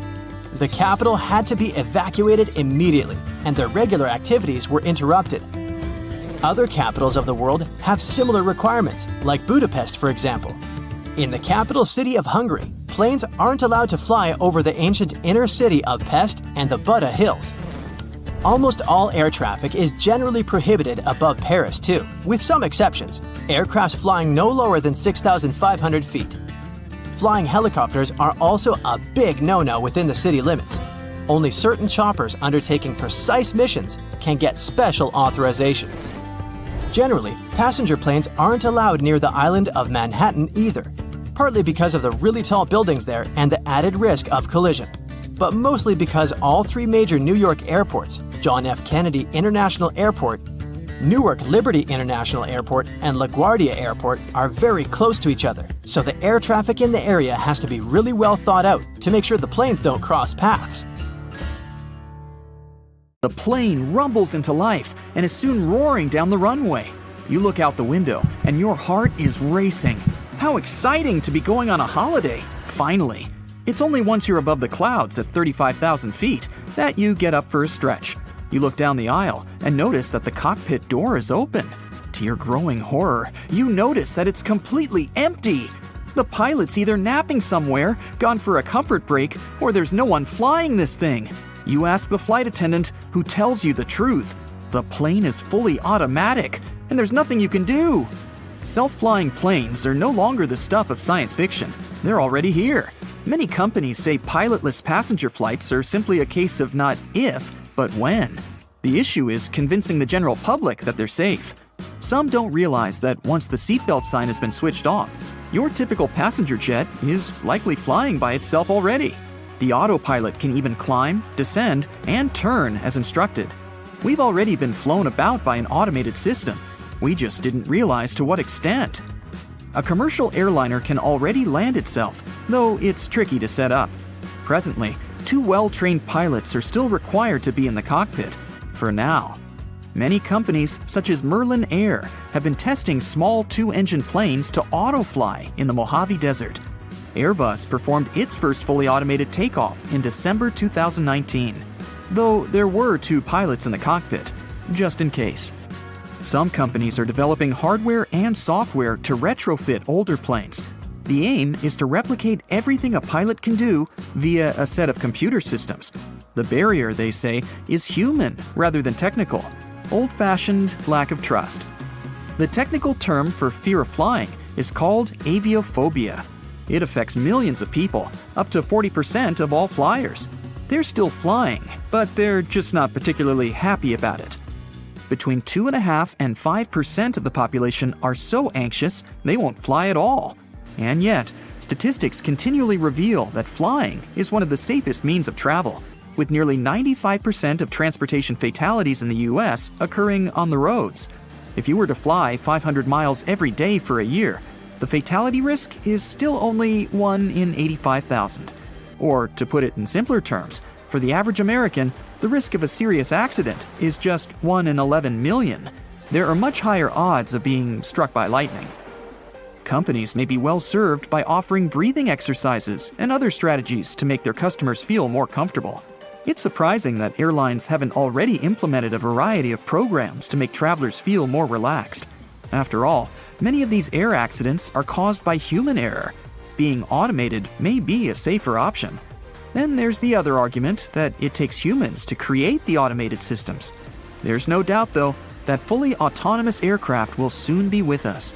As the population grows, our cities expand, and there will be more need for faster and more efficient travel. Many people will be reliant upon flying taxis to bypass hectic environments. They already exist. Not only can they cover short distances, but potentially thousands of miles. They can cover the same distance that a car can in a quarter of the time. They're much like helicopters in that they're capable of vertical takeoff and landing, known as VTOL, making them able to land and take off from almost anywhere. They will also be built of quieter mechanisms to keep noise pollution down, better than a train rattling past your bedroom window. They also use electric propulsion systems, which will keep emissions low. No endless traffic jams and mouthfuls of fumes. The difference with air taxis is that there's no pilot, with the destination locked in from the beginning. The challenge for designers is how to operate in environments with numerous structures, such as buildings and bridges, and how to navigate moving obstacles as well, such as other aircraft and even flocks of birds.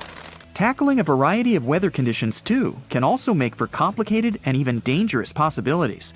Superstorms, dust storms, snow, wind gusts, and even tornadoes can pose real problems. It's not like you can instruct your cabbie to take a different route. Or will we be able to do just that? Perhaps we could verbally tell the system to divert from its projected pathway. This is the same situation for planes, particularly in terms of weather and air turbulence. There is still much more work to do. Air taxis can only accommodate a limited number of people, though it's projected that short-range flights could carry up to 14 people. There is so much confidence in these vehicles that a startup company, Skyports of Melbourne, Australia, want to start operating a large-scale, nationwide air taxi base by 2025. Other large corporations are also in the air taxi race, such as Boeing, Airbus, and Toyota. With larger planes already capable of pilotless flight, you may be wondering, why isn't this happening already? People will surely get used to it. Well, there are a few obstacles. There are regulations that are yet to be drawn up. Business people are already saying that regulators are falling behind, and that air taxis alone could be a multi-trillion-dollar industry within just 2 decades. Not all experts agree that the technology is reliable. Some pilots have also stated that automatics can malfunction and that someone must be there to take over. They also point to weather events that cannot be predicted and require the speed of human intervention.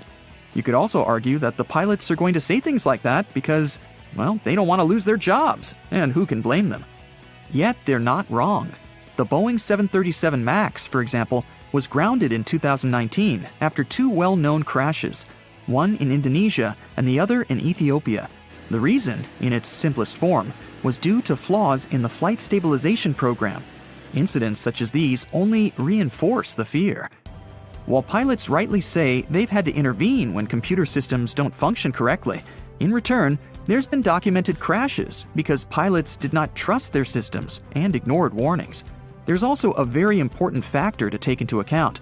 Research has suggested that without pilots, airlines could save $35 billion a year, and that's a lot of motivation. Regardless, the industry is changing, and there's increased development every year. Sophisticated sensors, improved cameras, self-assessing systems. Despite these advances, though, basic questions are yet to be fully answered. What would the automatic pilot do if there was an emergency? Could it automatically scope out a place to land safely? Could it put out a distress call? And how would it communicate with air traffic control? This uncertainty is what makes people fearful. We only have to look to drones to see what's already possible. Whether operated via smartphone or from onboard a ship, drones are unmistakably becoming more commonplace and performing an array of tasks. From filming whales to delivering parcels and long-range intelligence gathering, they map inaccessible terrain and use thermal sensors for search and rescue operations. They can even drop in supplies in disaster situations. They're literally saving lives. Their usage has tripled from 2019 to 2021 and is expected to do so again by the end of 2022. And yet, none of this is actually new. Over a century ago, the British developed unmanned aerial vehicles, or UAVs. They managed to fly a radio-controlled monoplane on March 21, 1917. More prototypes were developed over the decades, and in the 1940s, thousands of pilotless drones, or OQ-2 radio planes as they were known, were built. Many variations have been used ever since. Model enthusiasts have been using radio-controlled toy planes for decades. Drones continue to grow in popularity due to their high level of convenience and effectiveness. For these reasons and more, the technological advancements continue at breakneck speed. And yet, their full potential has not been reached, not by a long shot. If drones can be used for such extraordinary means, imagine what pilotless planes could do. The sky is literally the limit. While many are still fearful, people have already been flying for well over 100 years. The technology is there. It's whether the public is ready, in a manner of speaking, to take the leap that counts. Pilots always wear sunglasses, and it's not just to look cooler. Pilots are responsible for many people on the aircraft, so they should be capable to see the air traffic well, identify all the lights, symbols, and markings, as well as all of the buttons and manuals on the aircraft without any problem. So for a pilot, it's crucial to have perfect health and specifically perfect vision. Pilots do health checkups every year to confirm they're in good health and able to keep working. People with any sight problems don't qualify to be a pilot. The pilot's vision is probably the most important quality they must have, and they should take care of their eyes to maintain perfect eyesight throughout their whole career. The problem is that it's not an easy task if you're a pilot. The damaging solar radiation that our sun emits is filtered out by the Earth's atmosphere, so the sunlight isn't very harmful to you if you spend most of your time on the ground. But up in the sky, it's different. There's less air, and the brightness is way higher. With every 100 feet of elevation, the solar radiation is 5% stronger. On average, aircraft fly at 35,000 feet. This means that the amount of UV radiation is 1,750% higher than on the ground. This is very damaging for any person's vision. The high amount of time the pilots spend in the air makes them vulnerable to various eye problems, and having eye problems costs any pilot their career. So that's why they wear sunglasses, to protect their vision. The sunglasses they wear must be of the best quality. They should, of course, minimize the impact of the sunlight and withstand the UV rays, providing 100% protection for the eyes. Also, they can't be polarized, since polarization can hinder seeing cockpit displays. They should provide the best clarity, decrease eye fatigue, and even minimize the color deformation, so they can see just like they would without sunglasses on. Takeoff and landing are the most crucial and dangerous stages of a flight. To ensure everyone's safety, the rules are especially strict. One of the rules is to turn on the airplane mode on your devices. The reason behind it is to make sure that the signals that gadgets transmit don't interfere with the plane's electronic systems and don't block the radio's frequency. You've probably heard that clicking sound a speaker makes right before your cell phone gets a call if it's right next to the speakers. These sounds are what the pilot might hear while communicating with air traffic control. Even 1 second of interference can cause a lot of confusion between the pilots and air traffic control who closely monitor the plane. It's not that every single cell phone is a problem, only certain types of them are, and it's also always a combination, depending on the cell phone type, how far away it is from the cabin, and how many cell phones aren't in the airplane mode. The plane crew can't identify which exact passenger didn't turn the airplane mode on, but they can tell if many people didn't, so they'll ask you to do so repeatedly. Another requirement during takeoff and landing is to raise window blinds. No surprise, it's also done for better safety. It's to make your eyes get used to the light or the darkness outside. In case something happens during these critical stages of the flight, everyone will be able to react and evacuate more quickly, which is precious. For the very same reason, the lights are dimmed in the airplane. This way, the lighting will be the closest to the light outside of the aircraft. Another reason is that if the window blinds are open when the plane is on the ground, people outside can see exactly what's going on in the plane. For example, if there's fire or smoke, and where exactly it is. This way, they can better plan the evacuation. The passengers are asked to fold up their tables and straighten the seats to ensure that, in case of emergency, everyone will be able to leave the plane as fast as possible. You might have known that there are always 2 pilots on a plane, and it's done for safety reasons. In case something happens to the first pilot, the co-pilot can take up their role. An airplane obviously has many automated systems, including the autopilot. But an aircraft is a complex system, and all of it must be monitored and regulated. The second pilot allows better planning and coordination. While the first pilot controls and adjusts the autopilot, the second one monitors the controls or communicates with the control tower. Also, there are checklists for safety standards, and pilots have to ensure they're completed at different stages of the route. So, while the captain is focused on the flight, the co-pilot can complete the checklist and make sure that everything's going according to plan. Some flights last long hours. For example, the longest flight ever was from Singapore to New York, and it lasted 17 hours and 50 minutes. Flights that last 14 or 15 hours are already pretty common.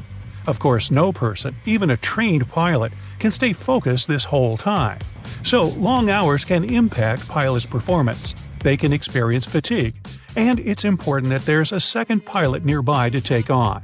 Some airlines even have 3 pilots flying the longest routes. There's a special cabin for a pilot to rest in while the others are controlling the airplane. But apart from 2 or even 3 pilots on board, there's also an autopilot. Still, we need human pilots, because no autopilot, even the best one existing, can yet replace a human. An autopilot that every passenger airplane has can only manage the aircraft under certain and pretty restricted conditions. No autopilot yet can do the takeoff and landing by itself, so it's done manually. The captain activates the autopilot after takeoff and deactivates it before landing. In case of no visibility, the pilot can land the plane using an auto-land system. This system can land the aircraft fully automatically and blindly, but it needs supervision of a pilot always. The autopilot is most needed so that the human doesn't have to hand control the airplane during the whole flight. Like when you drive from one city to another, you have to keep your hands on the wheel at all times. The autopilot saves you that effort, being able to keep the airplane going in the right direction. The route data of every airplane is pre-planned and uploaded to the system. The pilot can set up the needed mode, and the autopilot can control the airplane within its uploaded route, keep up the altitude, speed, and direction. The pilots, meanwhile, keep an eye on the autopilot and focus on other tasks like navigating, planning, and communicating with air traffic control. If you've ever flown, you've probably noticed that there's a little hole in the windows. It's called a bleed hole. An airplane window has 3 panes of plexiglass, and there's a little gap between the outer and middle panes. The middle one has the bleed hole. It's there to regulate the pressure difference between the inside and outside of the cabin. This way, the outer pane can handle the load. If the outer pane breaks, the middle one, even though there's a hole in it, will be able to keep the window intact. Also, that hole keeps the windows from fogging up and frosting over. Whenever a plane flies by, it leaves a white trail behind it. Up there in the sky, the atmosphere has lower temperature and vapor pressure than the hot gas that is emitted by the plane's engines. The hot gas and cold atmosphere mix together and freeze, leaving a trail behind. That's the same principle as when you see the cloud of your hot breath on a cold day. You can also determine the weather outside by the looks of that trail. If it's thin and short, the weather is nice and the humidity is low. But if the trail is thick and long, it's a sign of humid air and might be a sign of an upcoming storm. Also, here's a piece of advice from a pilot. When a pilot flies as a passenger, they always pay attention to where the emergency exits are. Even more, they count the number of rows between their seat and the emergency exit. This way, in case of emergency, you'll manage to find the exit easily even if you're blinded, just by touching the seats and passing the number of rows you counted in advance. Check around the corner, under the bed. Wait, what's that hiding over there? Hotels are supposed to be your home away from home, but do you know what secrets they're keeping? Here's what no staff member or manager would ever tell you. Some hotel owners are very superstitious of the number 13, or they know guests might be. Whatever the case, you may find room 13 or the entire 13th floor completely missing. In the Far East, the same can be said about the number 4. You can easily get an upgraded room without any additional charge if you have a birthday, anniversary, or wedding. Just call ahead of time and warn them about the upcoming event. You might be checking that bed for stains and bugs, but you're probably overlooking the dirtiest thing in the room, the TV remote. It doesn't get disinfected between guests. Put it in a plastic sandwich baggie before using it. Plenty of other filthy things in that room, but we'll touch on those later. Every hotel has a place where housekeeping stores forgotten things. The most frequently lost items are phone chargers, but more interesting discoveries have been found: false teeth, glass eyes, and even boxes of worms. If no one comes for these strange treasures after 5 or 10 years, yes, they're nice enough to wait. The cleaners raffle the lost items among themselves. Some luxury ones may have hidden cameras built in for safety reasons. The most common place for this is the door peepholes. So always put a piece of masking tape or putty over the one in your room. But hidden cameras in the room itself are never okay. To check the place, turn off the overhead light and switch on your phone's front-facing camera. Slowly scan the room. Your front camera will pick up their infrared light. Common spots are near the bed and in the bathroom, so check those areas thoroughly. Hotel owners often let their friends and family stay for free. You wouldn't know it since they usually leave before peak season starts. The employees and cleaners also get in on some perks. They keep towels, slippers, bathrobes, and shampoos. But what you might not know is that hotel chains are fine with you taking things from the room. Stationery, toiletries, coffee mugs, umbrellas, anything with their name and logo on it. This will serve as free advertisement when you take those things with you. Those beautiful bright vegetables and fruits near the hotel restaurant's entrance aren't just a decoration. They trick your body into feeling full before you even get your plate. You eat less, and the company saves money. They may give you extra bottles of shower gel or other toiletries, but there are ones that charge you for grabbing too much food during the breakfast buffet. To avoid upsetting the cooks with the amount of discarded food, some hotels in certain countries make their guests pay for anything left uneaten on the plate. No hotel chain would willingly tell you how to get the biggest discount for your stay. So if you have a limited budget, make a reservation after 6 p.m. This is when the sales department tries to sell all canceled reservations at the last minute. That often means cutting the price down, sometimes in half. The first Sunday of the month is the best time to check in. Vacationers are leaving, business travelers haven't arrived yet, so most of the best rooms will be available. To get the top pick, use a special service called rooming. You can view everything in the hotel and choose which room you like the most. Just ask the receptionist about it. They won't willingly speak up about other free services unless you ask. Free phone chargers, hair irons, bottled water, and board games are among them. They can also order a transfer for you, book concert or theater tickets, and wake you up at a specified time. Hotels can refuse you at check-in, even if you've paid for a booking in advance. They can cancel your reservation if you don't show up before 6 p.m. If something's holding you up on your way, call and let them know in advance. Even if you arrive on time, you can still be denied a room. It usually happens when the hotel is overbooked. In that case, they might redirect you to a different one. Even more surprising, the chances of this happening depend on who you are. Young single men, couples, and groups of friends will usually get the boot before a family or a single older woman. It's because the first group is usually more flexible about the unexpected move. Before you pounce on that minibar, better check to see if those drinks are sealed. Hotel workers say they've had cases where guests finished all the provided beverages and then filled the bottles up with tap water to avoid paying for them. Shh, you didn't hear it from me. Large chains often have their own special transport for meeting important guests or getting around town. Their own taxis are usually cheaper than city ones. So if you want to save some money, check the cost of their transport at the reception. But don't ask the receptionist to recommend where you should have a meal.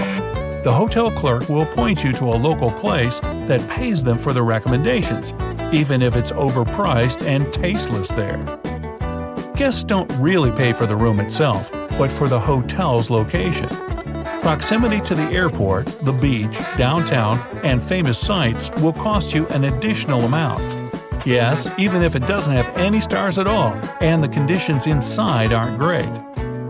Think twice before handing over your keys for valet parking. There have been cases when hotel workers took an expensive car for a joyride and even filmed it. My car? No. A famous person could be staying in the room right next to you. Nobody would know it since they get to use made-up names to conceal their identity.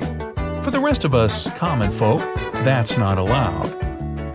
You requested a single room with a big bed and a nice view of the beach. What you got? A room with 2 small beds and a lovely view of a brick wall. It happens all the time. But they're supposed to give you compensation or some free service to make up for the difference. Know your right to this if the manager doesn't offer. The safe in your room can be anything but safe. If you have some valuables, ask the receptionist to put them in the main hotel safe up front. This place is usually much more secure since all the staff doesn't have access to it. Although hotel chairs and sofas look clean, wait till you see one under a microscope.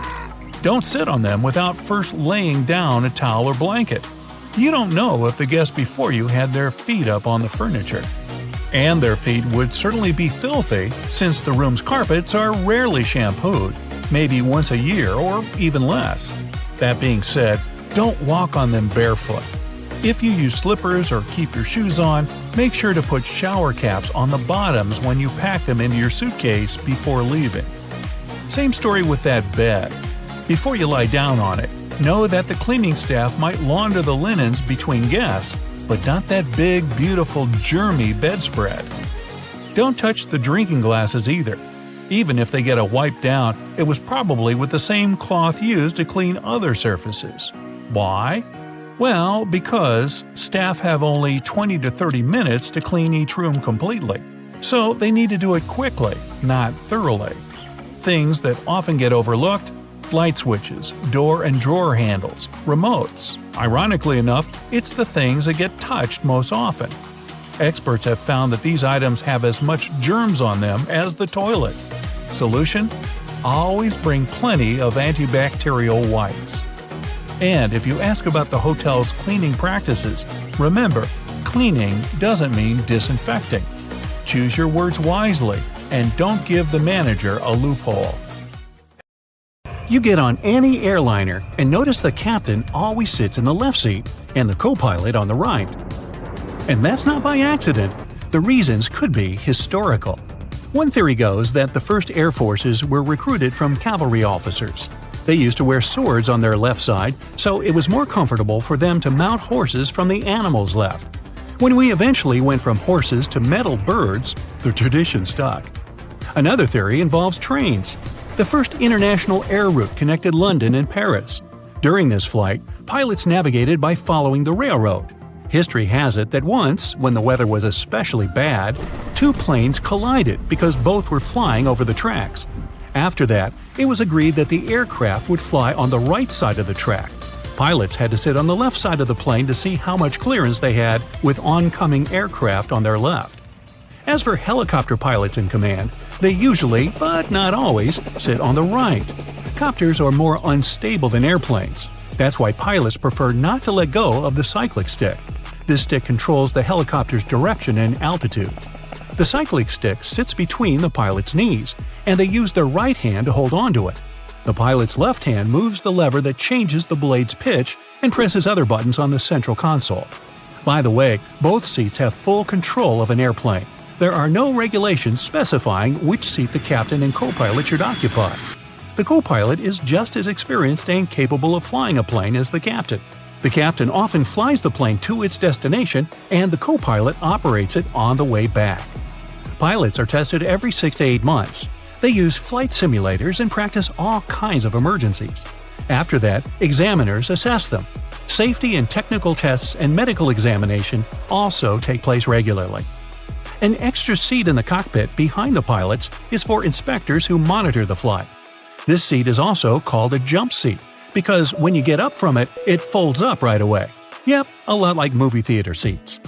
If you're a nervous flyer, pick a seat in the middle of the cabin if possible. Turbulence mostly affects the front and rear parts of the cabin. The middle section, which is over the wings, doesn't get shaken that much. Imagine the plane like a big teeter-totter.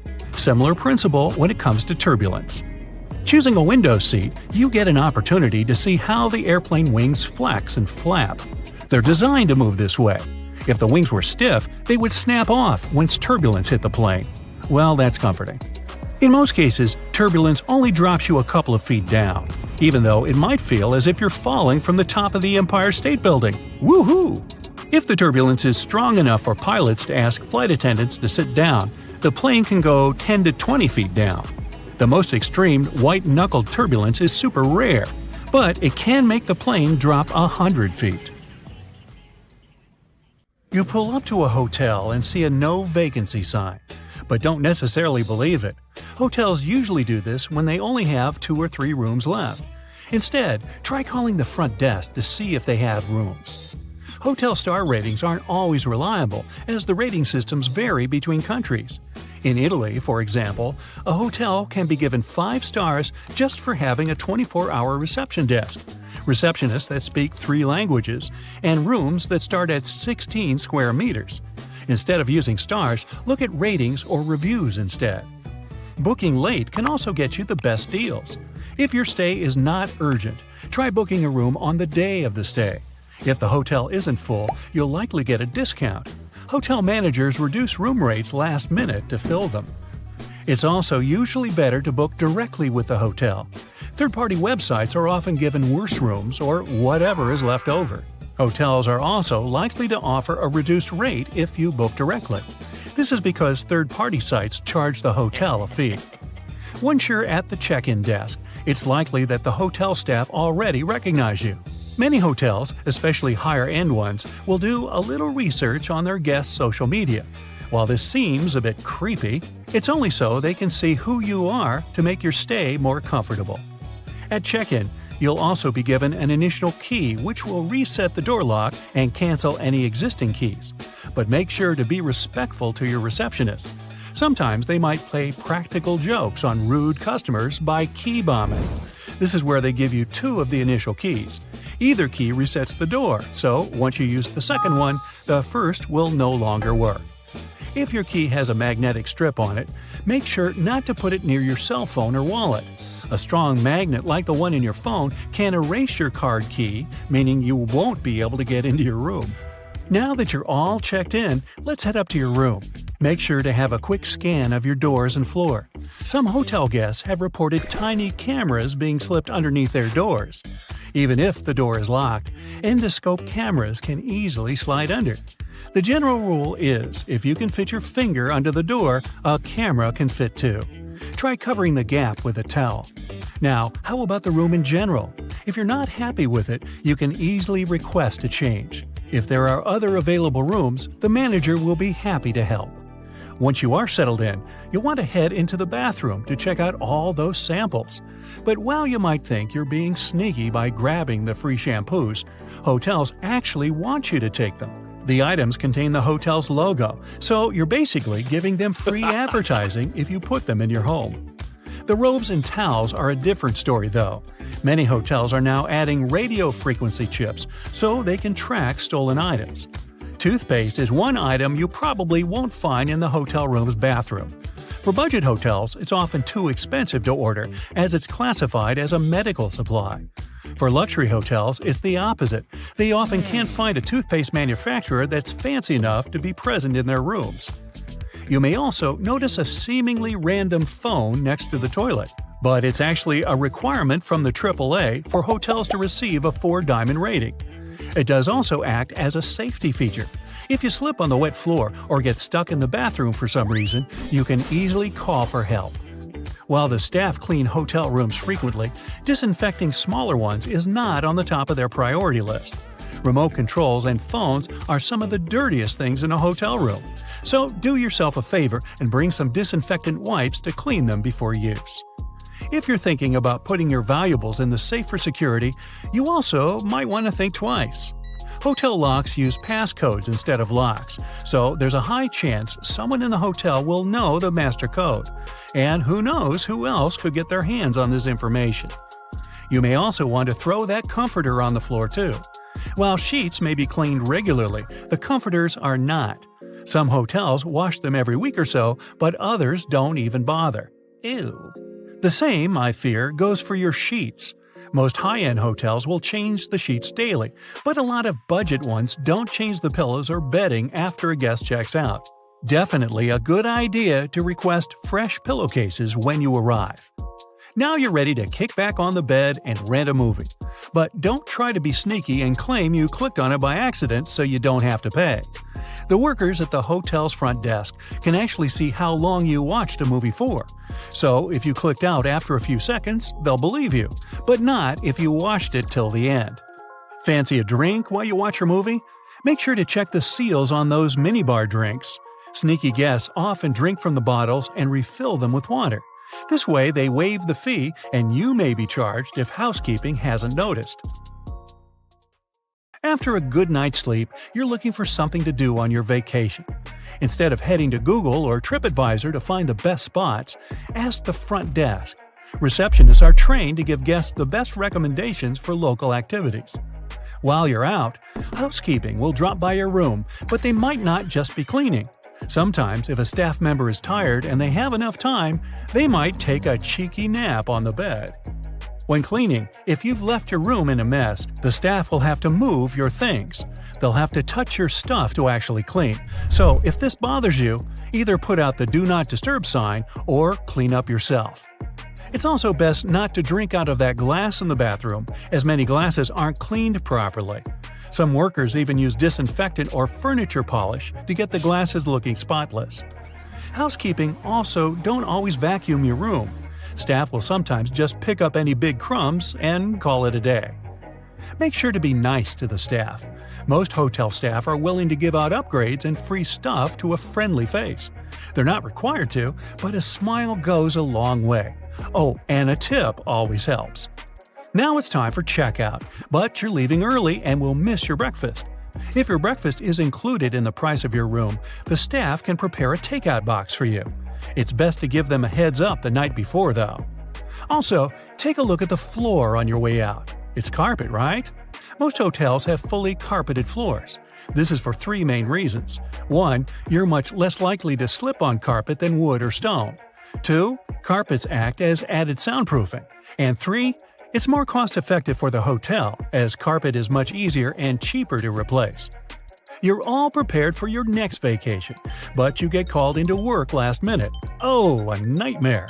Everything's booked, so it looks like you'll be charged that pesky last-minute cancellation fee. If you call the hotel and ask to change to a later booking date, there's a chance that when you cancel this new date, the charge will be lifted. Hotels also usually overbook themselves, as the average daily no-show rate is around 10%. This means there's a chance you won't actually get your reserved room. If you show up and there's no available rooms, chances are you'll get walked. This basically means the hotel will pay for a room at another similar hotel in the area. Most hotels also only accept credit cards as a form of payment. While it may be annoying, this is to ensure that they get their payment. Guests often use extra paid services like the minibar, which they pay for at checkout. If your debit card doesn't have enough funds to cover the cost, the only way for the hotel to get the money is to sue you. Attorneys come for a separate fee. There's a surprising amount of items left in rooms that hotels don't want you to know about. In one hotel in Portugal, a worker even found a shark that was left behind. With no idea how it ended up there, the shark was eventually returned to its natural habitat safe and sound. Once again, be careful when you first go into the bathroom. When it's too cold outside, airplanes often get delayed, or in extreme cases, even cancelled altogether. First of all, if it snows heavily, such conditions drastically decrease visibility, making it unsafe to taxi and take off. During a blizzard, flight control may command the aircraft to stay on the ground and wait until the snowstorm subsides. Ice on the runway is another reason. An airplane's landing gear are nothing like a car's wheels, and they can't be equipped with studs to avoid skidding. But even if they were, a plane needs to develop speeds on the ground that are much higher than on an average road to take off successfully. If the runway is slippery with ice, the airplane can slide off it easily. Things like this actually happened in the past. For example, in January 2014, the JFK airport in New York was shut down after a plane skidded off the runway and into the snow. Luckily, no one was injured, but the airport staff had to dig the aircraft out of the snow, and even the local police joined the efforts. Same story with landing, which is even trickier in freezing conditions because a plane is in much less of a controlled environment and traveling at even greater speeds. What's more, while an airplane that's about to take off and skidding will probably get into an open area and stop there, one that's about to land could end up crashing into the airport's infrastructure. Needless to say, that's way more dangerous for everyone. Freezing weather conditions can also cause frost and ice sheets to build up on the plane itself. Airplanes are carefully engineered, and any tampering with their structure may cause huge trouble. As experienced pilots say, even a thin crust of ice over the wings of a plane can mess with their delicate design and destroy lift. Planes can be de-iced though. The airport staff usually spray them with a special solution that doesn't let the ice build up on the aircraft's skin. But back to the runway. If it's covered with ice, there's little you can do. Unless the sun is shining, the chances of safely removing the ice from the pavement are almost zero. There's also a chance of damaging the pavement, making potholes, which can result in safety concerns for both takeoff and landing. Imagine driving over a pothole in a car at full speed. Pretty unpleasant. And now multiply it by about 1,000, because a plane is much heavier than a car, and don't forget that the landing gear is not exactly there for driving. Jet fuel and the equipment that pumps it can freeze too if the temperature is too low. The fuel freezes at -40 degrees Fahrenheit, but that can only happen on the ground before takeoff. At a cruising altitude, temperatures may drop as low as -70 degrees Fahrenheit, but since the liquid is inside the plane and burning down steadily, it's much warmer there. On the ground though, nothing stops the fuel from turning into ice. If that happens, no flights are available, obviously. Same goes for the pumping equipment. Even if the fuel is still liquid, the pump may cover with ice and just stop delivering the fuel into the plane's tanks.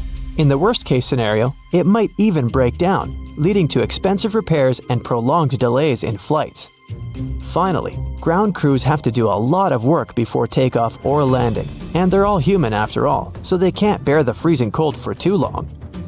This issue is often resolved by tag teaming. One group of workers goes out in the field to do the job, while the other is waiting for them in a shelter.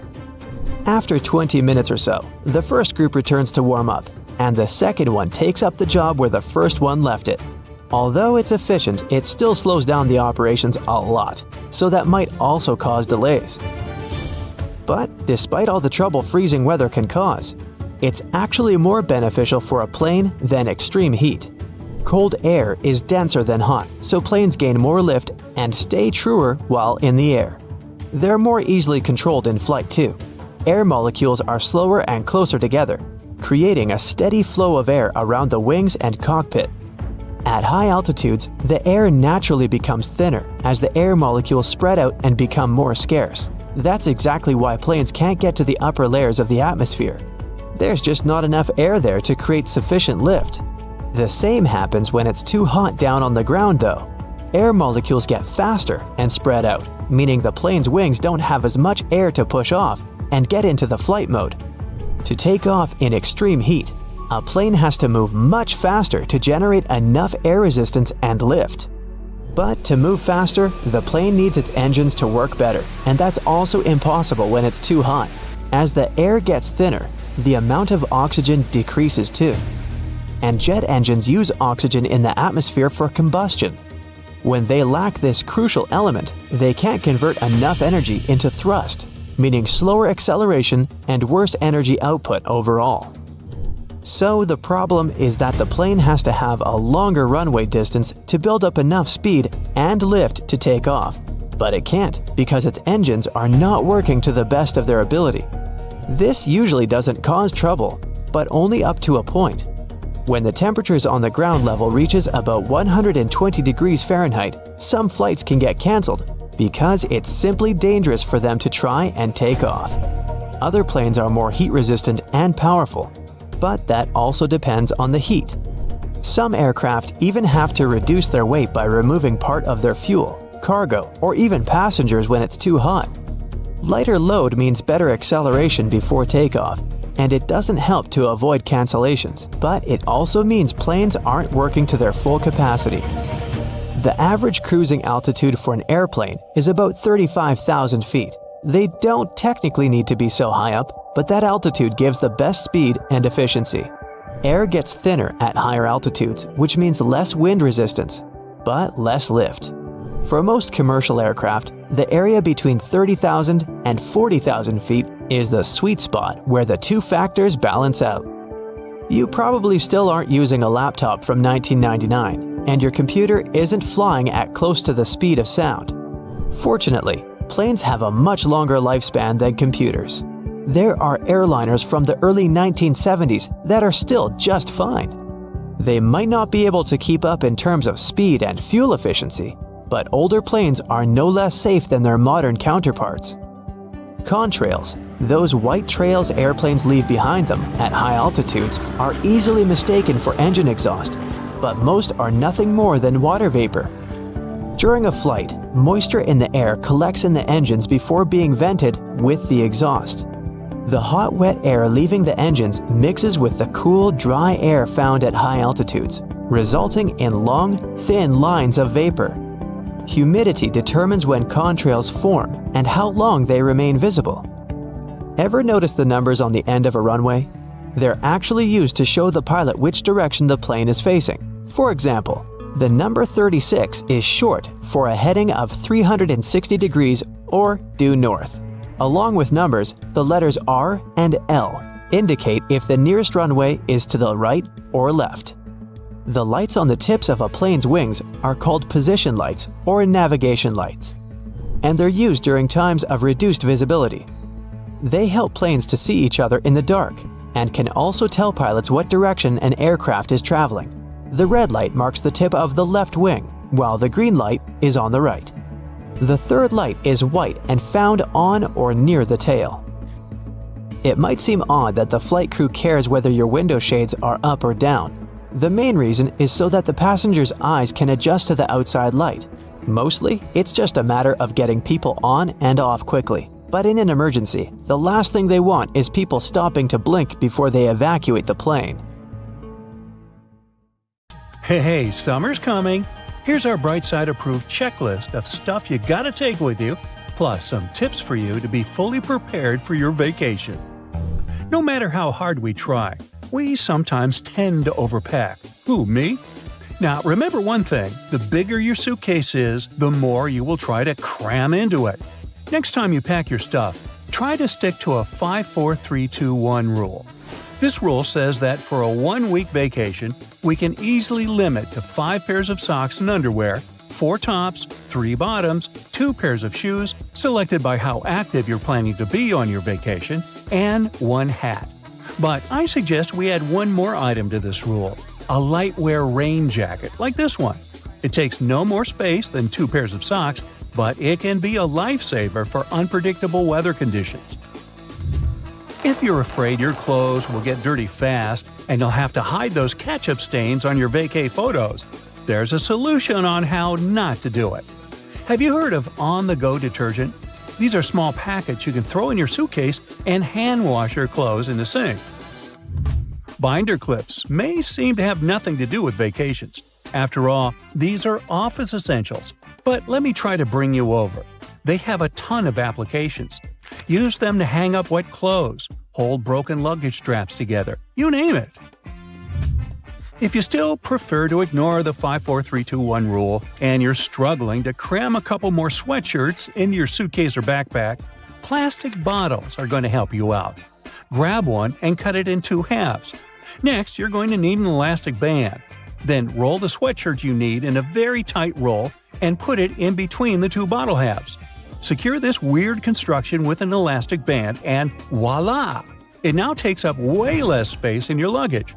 But if you're not into DIY solutions, here's another option: packing cubes to organize clothes.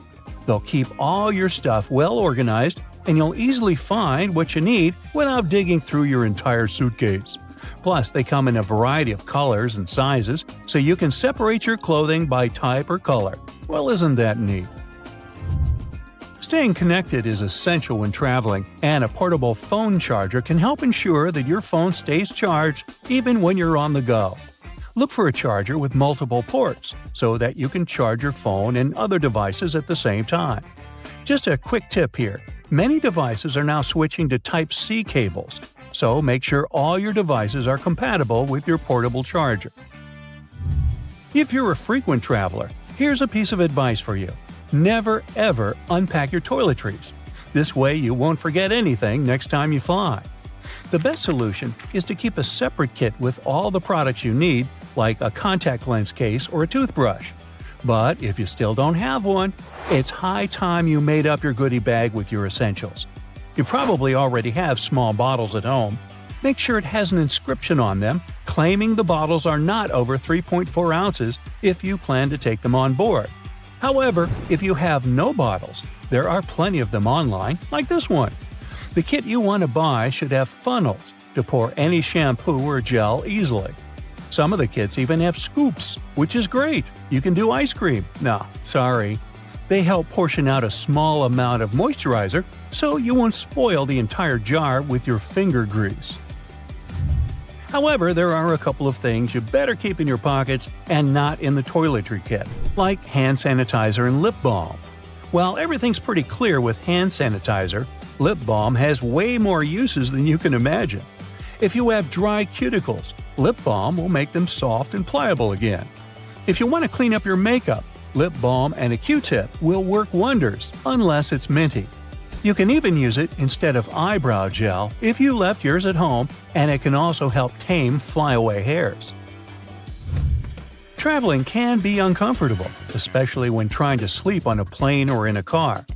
A compact travel pillow can make a big difference in your comfort level and help you arrive at your destination feeling refreshed. Keeping your belongings safe while traveling is essential, and TSA-approved travel locks can help. These locks can be opened by TSA agents without damaging your luggage, making them a great option for air travel. The world is very diverse, and so are plugs. If you're traveling to a new and faraway destination, don't forget to check what kind of plugs they have there. For example, if you're traveling to the UK, you can stick to this adapter. A small spray bottle can significantly upgrade your look. Yes, it can. For example, if your favorite t-shirt tends to wrinkle a lot, you can sorta iron it with a spray bottle. Hang it up and spray it with water. The wrinkles will disappear, and your t-shirt will look fresh and presentable, hopefully. Now let's talk duct tape. Duct tape in your luggage may be pretty stress-relieving. Now picture it. You're going back home with a whole bunch of gifts you bought for your family and friends. Whoops! The zipper on your suitcase just didn't resist the pressure, and it busted. Duct tape is coming to the rescue. Yeah, a suitcase wrapped in duct tape might look somewhat funny, but it's still better than shelling out a pretty penny on a brand new suitcase you weren't planning to buy. Yeah, that does make sense. Laundry bags may come in handy when you separate your dirty clothes from your clean ones. I know, you can do that with plastic bags, but laundry bags are sort of more eco-friendly. Plus, once you come home, they'll spare you some time. You won't need to dig through your suitcase trying to find all the clothes you want to wash. You'll just need to throw the laundry bag into the washing machine. If you're traveling to the seaside, you might want to consider grabbing a quick dry towel like this one. They're usually made of microfiber that dries much quicker than regular cotton. Plus, these guys are pretty low maintenance, as they can be machine washed at up to 130 degrees Fahrenheit. Next on, dryer sheets. You know, we all sweat, and our feet sweat too, especially if we walk miles and miles exploring a new location. So, when you return to the hotel and take your sneakers off, woo! Just put a dryer sheet in each sneaker. It'll absorb the odor, and your sneakers will be ready for more adventures. English is surely an international language, but you may still get into a situation where no one speaks English and you don't have an internet connection to Google Translate what you want to say. To play it safe, create a set of flashcards with essential vocabulary to help you out in basic situations. A favorite snack may be one of the most commonly forgotten by travelers' items. Yeah, they do give you food on the plane, but sometimes you may want to have an alternative. Plus, your snack can even save your budget in case you have a long connection. The prices in the airport lounge are crazy. Even if you travel in summer, it doesn't mean you don't need any warm clothes. Make sure you have a zip hoodie or something of that kind, especially on board. Thing is, you never know if it's going to be cold or hot on the plane. Sometimes it gets pretty stuffy in there, but it can also be freezing cold. Airplane blankets, as well as tray tables, are swarming with germs, so it's better to have your own clothes to keep warm. As for tray tables, I doubt you can bring your own on board, so just don't forget to clean them with an antibacterial wet wipe. And have a safe flight. You check into your hotel room, connect to Wi-Fi, jump on the bed, and post 15 photos of your new window view. When the initial surge of excitement is gone, you notice a suspicious blinking light on your big TV. Could it be that someone is watching you? Or have you just seen too many spy movies? Well, hidden cameras come in all shapes and sizes. Large ones are easy to spot, but the small ones can be really sneaky and inconspicuous. They can be hiding behind furniture, in decorations or vents, and anywhere else you'll have trouble noticing. There are even special cameras that can be hidden in everyday movable objects, like alarm clocks, picture frames, vases, and lamps. Check to see if these objects are facing at a strange angle, or if they're positioned to get the best view of your room or bathroom. The easiest way to spot a hidden cam is to look for the lens reflection, because all cameras come with lenses. Turn off the lights and slowly scan the room with a flashlight, laser pointer, or a special wireless spy cam detector. It comes with infrared scanning lights and one illuminating light. When you find a reflective red spot, you gotta turn on the flashlight to help check if there is a hidden camera. Definitely check the vents along with any other holes and gaps in the walls or ceiling. Some advanced detectors even show you what the camera is seeing, making it way easier to spot and disable. The detectors only work on cameras that are turned on and working normally though. Your mobile phone can also help you find some hidden threats. Turn on Bluetooth and walk around. See if any unknown devices pop up on the screen.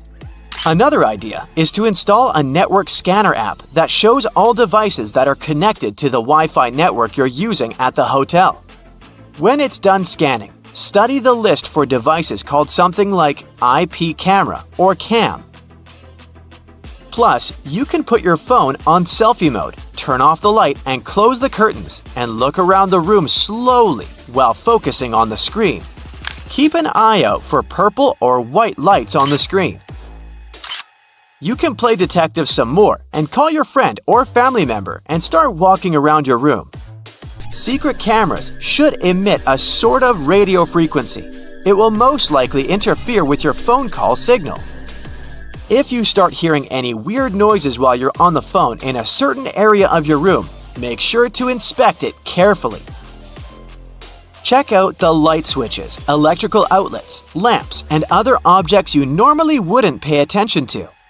If they look a bit crooked, have a hole, or seem misplaced, it could be a sign that someone tampered with them.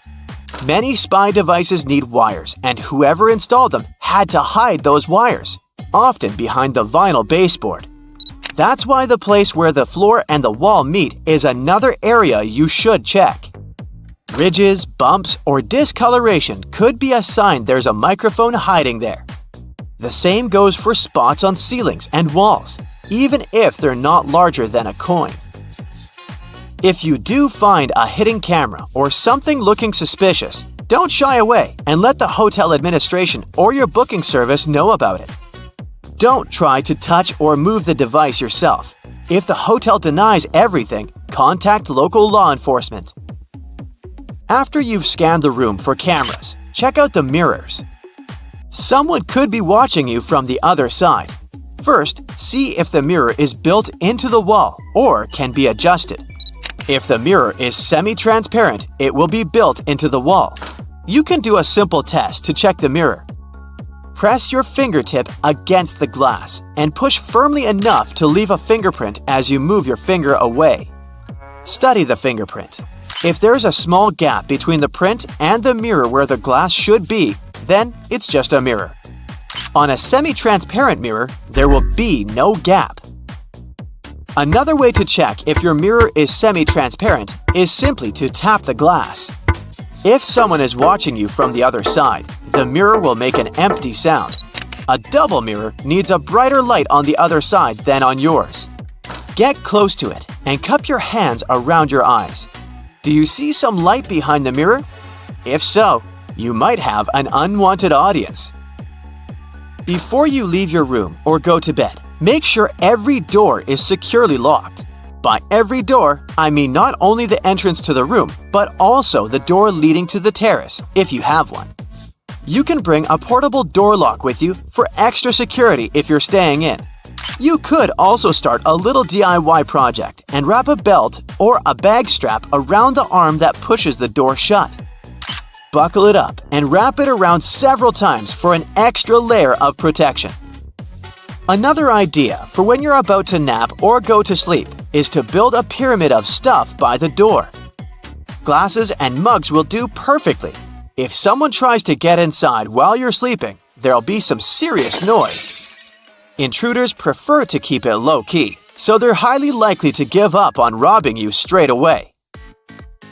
If you travel with some valuables and don't feel comfortable leaving them around the room, you could put them in the safe inside your room. But because those safes use passcodes instead of physical locks, someone from the hotel has to know the master code to unlock it, just in case. So, you can bring your own safe with you instead. You can find the ones looking like books on Amazon, for example.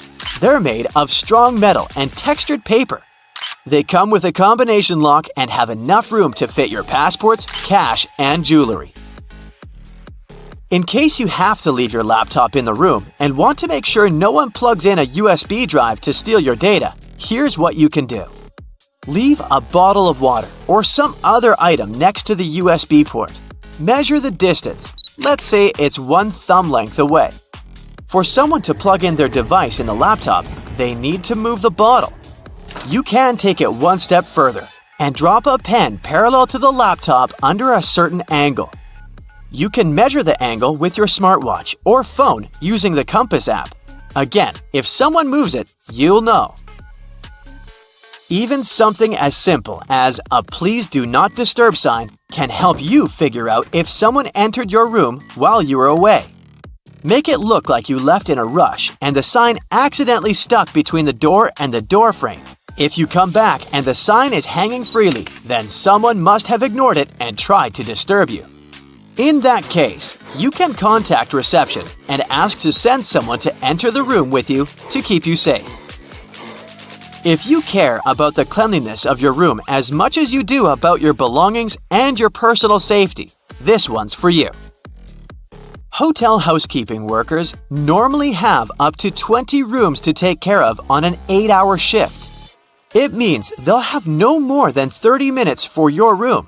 It gives them enough time to make the bed, clean the floors in the room and the bathroom, empty the trash bins, and dust all surfaces. But they rarely have the time to take care of smaller objects like light switches, door and drawer handles, and remotes. And yes, these are exactly the objects you'll be in contact with the most. They can actually have more germs than the toilet. So if you want to be sure those germs won't land on your hands, bring enough antibacterial wipes to clean all those things before you touch them. Have you ever noticed that one of the flight attendants hides their hands behind their back when you enter the plane? Are they crossing their fingers for a safe takeoff? Nah. At this moment, they're counting the passengers as they board. They have a special little counter for this. There are lots of stories about how bad airplane food is. In fact, it's not that bad. It's your sense of taste that's on the fritz because of the dry air.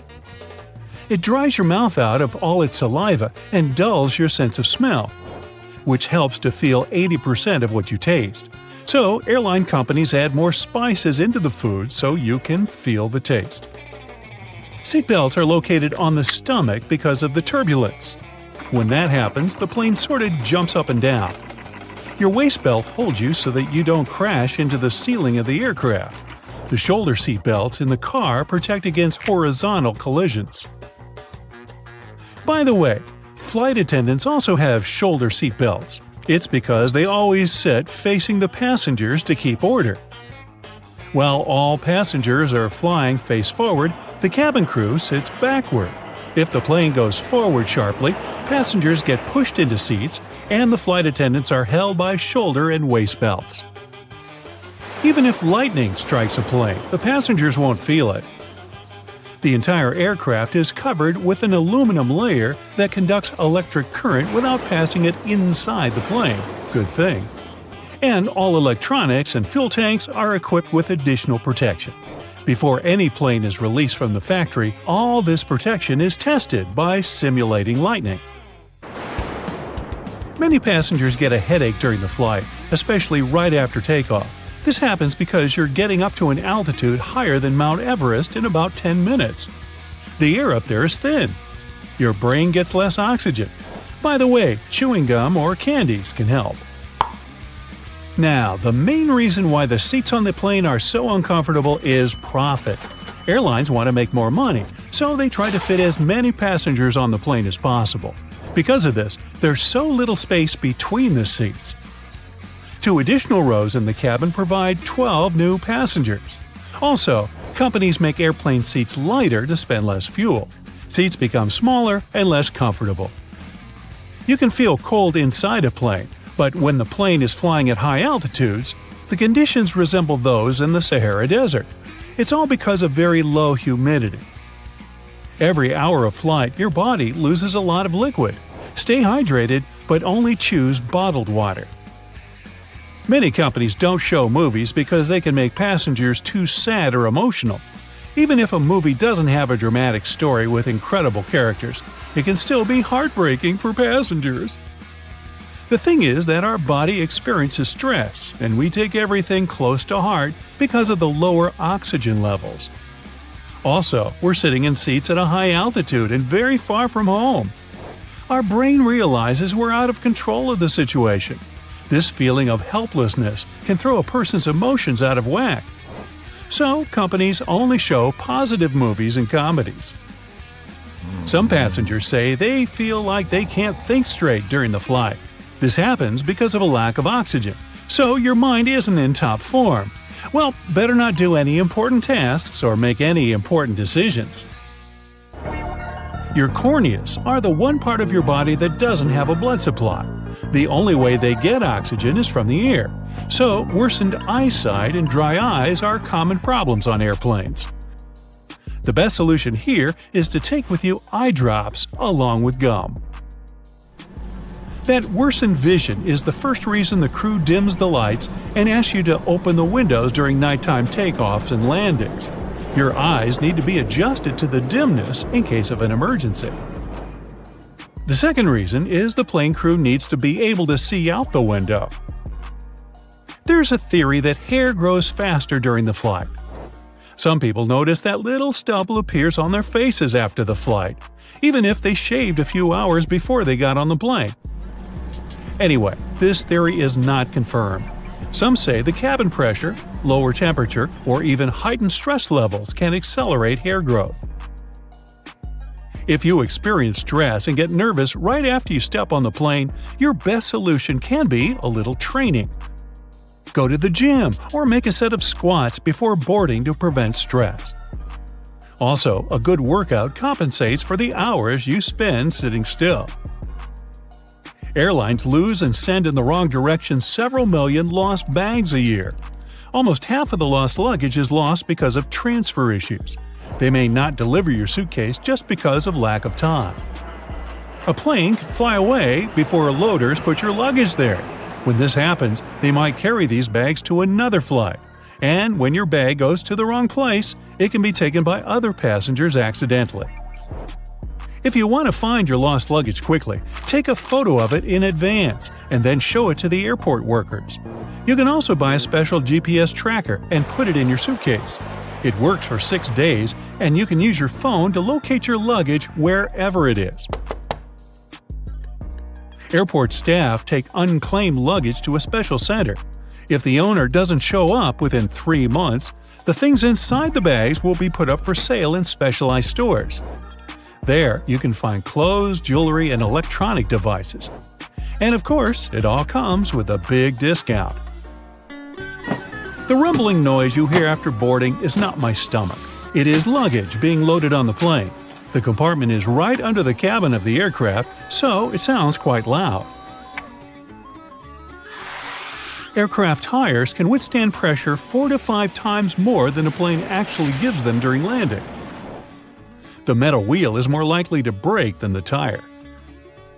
Pilots also have different meals. This is necessary to reduce the risk of food poisoning.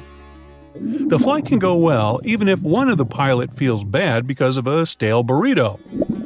If 2 pilots ate the same burritos, they could lead to problems. Oxygen masks drop down when the air pressure changes. At a certain height, there can be less air in the cabin. To prevent passengers from feeling this, they should put on oxygen masks. When pilots descend to a safe altitude, you can breathe without the mask again. By the way, masks only have oxygen for 15 minutes. This is enough for the pilots to descend to a safe altitude on which passengers can breathe. The wings of most passenger planes are located at the bottom of the plane. It's built this way because of the engine. It should be installed under low wings because it's closer to the ground and easier to repair. Another reason is that the wing should take a big part of the blow during a bad landing. And if the plane falls into the water, then the wings become a life-saving pillow. Fuel tanks installed in the wings are empty after the flight, and it helps to stay on the water too. The wings of cargo planes are located at the top to make it easy to load the cargo since the hull is located very close to the ground. Also, it helps to avoid getting debris into the engines in case when airfields aren't clean.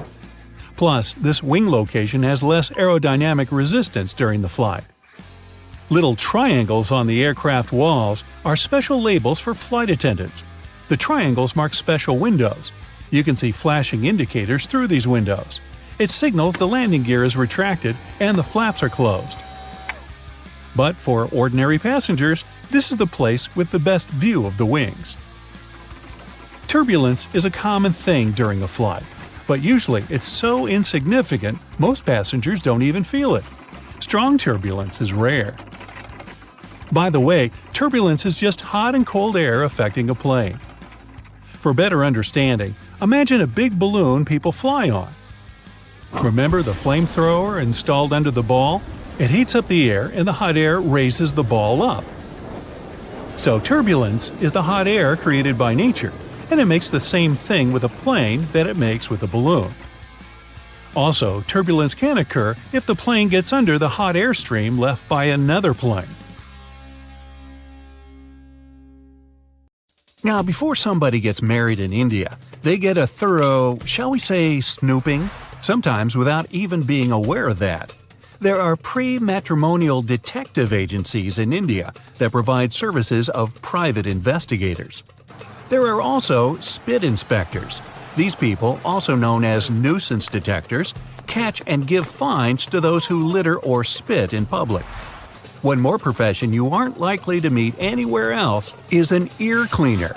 So the process of removing earwax requires some traditional instruments. They don't use Q-tips we're so used to.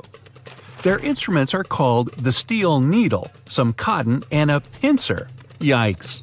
The ear cleaner rolls some cotton around the needle so it looks like a Q-tip, and the clients have their ears cleaned. Ear cleaners usually can be found somewhere in the city center, around monuments, or at a local market. This profession is rare and exotic in today's India, but it used to be quite common. In this country, your dream may come true and you'll get paid for sliding down a water slide. The profession's called water slide tester, and these people have to control if the slides are both safe and fun. Usually these people work in various hotels and spend most of their time in planes, traveling from one resort to another. There's a village where locals have no locks on doors. Not a single house there has one. Even public toilets have no locks or doors, only a curtain, thank you. It might seem somewhat reckless, but in fact, it's one of the safest places out there. The locals lean a wooden stick against the door just to keep the stray dogs out of their houses. The only police station opened there only in 2015, and still there are no complaints. Even the local bank has no lock. It's officially the only bank in the world that's never locked.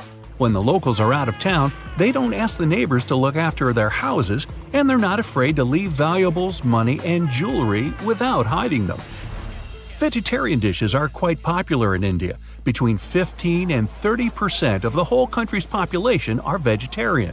Some people tend to eat fish only and never eat any land animals. Many large food chains, famous for yummy meat dishes, even provide a whole new vegetarian menu for India. Cutlery isn't really required for many traditional Indian dishes.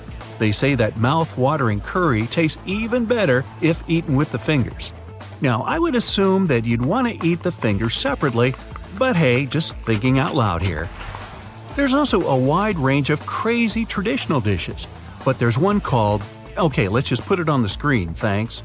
It's made from potatoes, which are pretty common for Indian food. The exotic part is that the potatoes in the dish are actually extra old. Even more, they're rotten. And there's a bunch of traditional spices. It's just a side dish, you'll need to choose the main course. Samosas are another traditional Indian dish made of potatoes. They're deep-fried and look like dumplings, and they're both a side dish and a main course. Now, if you love sugar, don't forget to thank India for it. It was first extracted and refined there about 2,500 years ago. Then the Chinese picked up the technique, and it spread all over the world. Another thing you should be grateful to India for is shampoo. The very first version was made from dried herbs, some extracts, and water. Soap berries and soap nuts were widespread in India, so this component was a perfect match for the shampoo formula. It's probably because of the right shampoos that most Indians have absolutely stunning hair and cool hairstyles. By the way, in India, it's possible to cut clients' hair with fire. It's not that widespread though. Only one barber is said to do it. First, they sprinkle the hair with some flammable powder, then they light it up and literally set the hair on fire. While the hair's burning, the stylist creates the right shape with the help of 2 combs. He says the fire helps fix the hair right. He also claims to have at least 15 clients each day who come to get this very cut. He sure makes it look like it's a cinch to do. If you like holidays, India is the destination for you. Indians have about 1,000 various festivals and events. Sometimes people even celebrate the first hair cutting, or who knows, hair burning. All of the local celebrations are totally worth seeing. Holi is the festival of colors, and people consider it to mark the beginning of spring. It starts at the end of February and finishes in March. It involves the famous powder throwing, so don't wear that brand new white shirt to the festival. Diwali is the celebration of lights that lasts 5 days. People give gifts to each other, usually sweets, and light thousands of candles and oil lamps. No other country in the world has that many celebrations. India holds a lot of world records too. The largest sundial in the world is located in the town of Jaipur. It's a tower 90 feet tall. It's made of polished stone and looks like an architectural masterpiece. The shadow of this sundial moves at about 2.5 inches per minute, so you can see the time literally move there. Another longest thing in India are nails. According to the Guinness World Records, the longest fingernails ever belong to an Indian man. They're almost as long as a London double-decker bus. He cut them off back in 2018, but before, the total length of all his fingernails had reached 358 inches. There's also a record for the quantity of movies produced per year. In 2018, 1,813 new movies were filmed in India. The quantity is so impressive that if you wanted to watch all the movies made in the country in 2018 and you watched a movie per day, you'd still be watching them today in 2021. North Sentinel Island, which is a part of India, is probably the world's most remote place since nobody can visit it. Strangers aren't welcome there. The locals are quite introverted and would always reject any contact from outside. No ship is allowed to come closer than 5 nautical miles, and special people always patrol the area. It's one of the very few places in the world that has no modern civilization. Recently, the island's been open to the researchers, but tourists still can't visit it. Several years ago, 2 frogs got married in one coastal town named Udupi. It was done to encourage the rainfall. It was too hot, over 120 degrees Fahrenheit. Both animals had unique outfits for this occasion, and the bride even had a toe ring. The 2 frogs were sent off on a honeymoon to Manipala and were released there. Sadly, each of these guys had to go their own way a couple of months later because the locals had to stop the downpour that started soon after their wedding somehow. There are not 4 but 6 seasons overall here. According to the North, West, and Central Indian calendars, Indian spring is in March and April. Next comes summer, also known as hot season. It starts in May and finishes in June. It's also one of the marriage seasons. Next comes monsoon, also known as rainy season. It starts after the summer solstice, usually in July, and lasts throughout August. Next comes fall, which spreads from late September to mid-November. After fall, they have a pre-winter or simply cool season. The real winter or cold season starts in January and goes on until February. In fact, there are many more other calendars in India, but all of them have 6 seasons with slight differences. The Statue of Unity is actually twice as tall as the Statue of Liberty, reaching 600 feet. It was open to the public only about 2 years ago, back in 2018. The statue consists of 5 parts, but only 3 of them are accessible to visitors. The first part starts at the statue base and finishes at the shins. This zone has 3 levels and includes the exhibition area, a garden, and a museum. The second part reaches up the statue's thighs. The third one has a viewing spot at a height of 500 feet. The fourth part is the maintenance area, and visitors can't get there. Finally, the 5th one comprises the shoulders and head. In the first 11 days after its opening, almost 130,000 tourists came to see this colossal statue. That's more than the population of the capital of Kansas, Topeka. Apparently, a whole lot of people showed up Topeka at this statue. Yeah, pun intended. Are the letters SSSS on your boarding pass a reason to worry? What's much more dangerous than turbulence? Should you really be the first to board the plane? You're about to figure it out. You might have noticed that most planes have blue seats. There's no mystery here.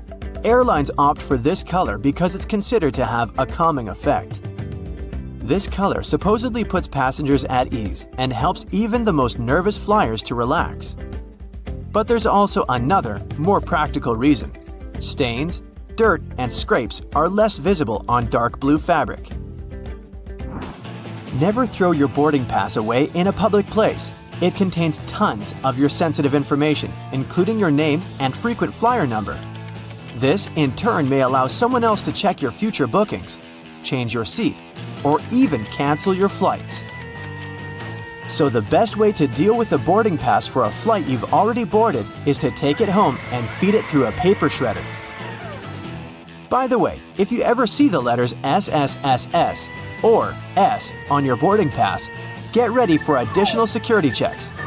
Instead of these letters, there may be a checkerboard pattern. Anyway, if you have any of these marks, your carry-on luggage can also undergo a thorough inspection. Why might they choose you for secondary screening? Some of the criteria are making a one-way reservation or paying cash for your ticket. In some cases, the selection is absolutely random. Look, your gate is open and the boarding is started. Wait, where are you running? There's no need to hurry. The trick experienced Globetrotters use is always board last. For one thing, you don't have to waste time standing in line. Then, there are fewer people on the jetway and in the aisle, and you spend less time on the plane. No one is going to take your seat anyway. There's one exception though. If you have a bulky carry-on bag, it may make more sense not to board last. Otherwise, the chances are high that all the overhead bin space will be occupied by the time you reach your seat. And then your bag may end up in another part of the plane, and you'll have to wait till the other passengers disembark before you get to your luggage. Duh! Before takeoff and landing, flight attendants usually flip a small switch on the bathroom door. This prevents it from flying open when it's not supposed to. With the same ease, a flight attendant can open the door when someone is inside. Look, they only need to lift the lavatory sign and move the knob into the unlocked position. Pilots don't worry about turbulence. That's because they know that there is a thing way more dangerous than any turbulence. It's an updraft. In most cases, turbulence only drops you a couple of feet down, even though it might feel as if you're falling from the top of the Empire State Building. If the turbulence is strong enough for the pilots to ask flight attendants to sit down, the plane can go 10 to 20 feet down. The most extreme white-knuckle turbulence is super rare. But an updraft is a big air mass, part of a storm or some other weather phenomenon, moving upward. They need to inspect the engines, slats, or flaps. This mark saves a lot of time. Next, the rows aren't well aligned with the windows. This is business. Originally, all planes are designed with rows and windows lining up perfectly. But when an airline buys a jet, they add some additional seats, squeezing them closer together. This way, they have more seats, which means more passengers, so they can sell more tickets. But you get less space for your legs and might miss out on a window. Also, all windows have rounded corners, and this is done for safety reasons. There used to be planes with squared windows, but those caused crashes because such windows couldn't withstand high-altitude pressures. At high altitudes, external atmospheric pressure is lower than the pressure inside the cabin. So, there's a big difference in pressure inside and outside the airplane, and this creates stress. Without windows, this stress flows smoothly through the material. A squared window becomes an obstacle, and the flow of stress needs to change direction. The pressure builds up in the corners, leading to cracks. As a result, such windows break. Oval windows allow the stress to flow more smoothly without disrupting them too much and preventing stress concentration. So, oval windows are safer. The glass used in production is stretched acrylic glass, and there are 3 separate panes of it. This is done as a security measure in case there is a breach. This way, at least one pane will remain intact at all times. Have you ever noticed those small holes in the windows? The tiny hole is actually only in the pane that's in the middle. Its task is to regulate the huge pressure difference inside and outside the cabin. This way, the outer pane can handle the load, If the outer pane breaks, the middle one, even though there's a hole in it, will be able to keep the window intact. Also, that hole prevents the windows from fogging up. Now, let's say you want to relax and watch a movie. Luckily, there's a pair of headphones. But they're weird. They have a two-pronged plug. No, this is not some kind of advanced technology. This is a witty move to prevent theft. If you can't use them anywhere else but on the airplane, no one will have the urge to snatch them away.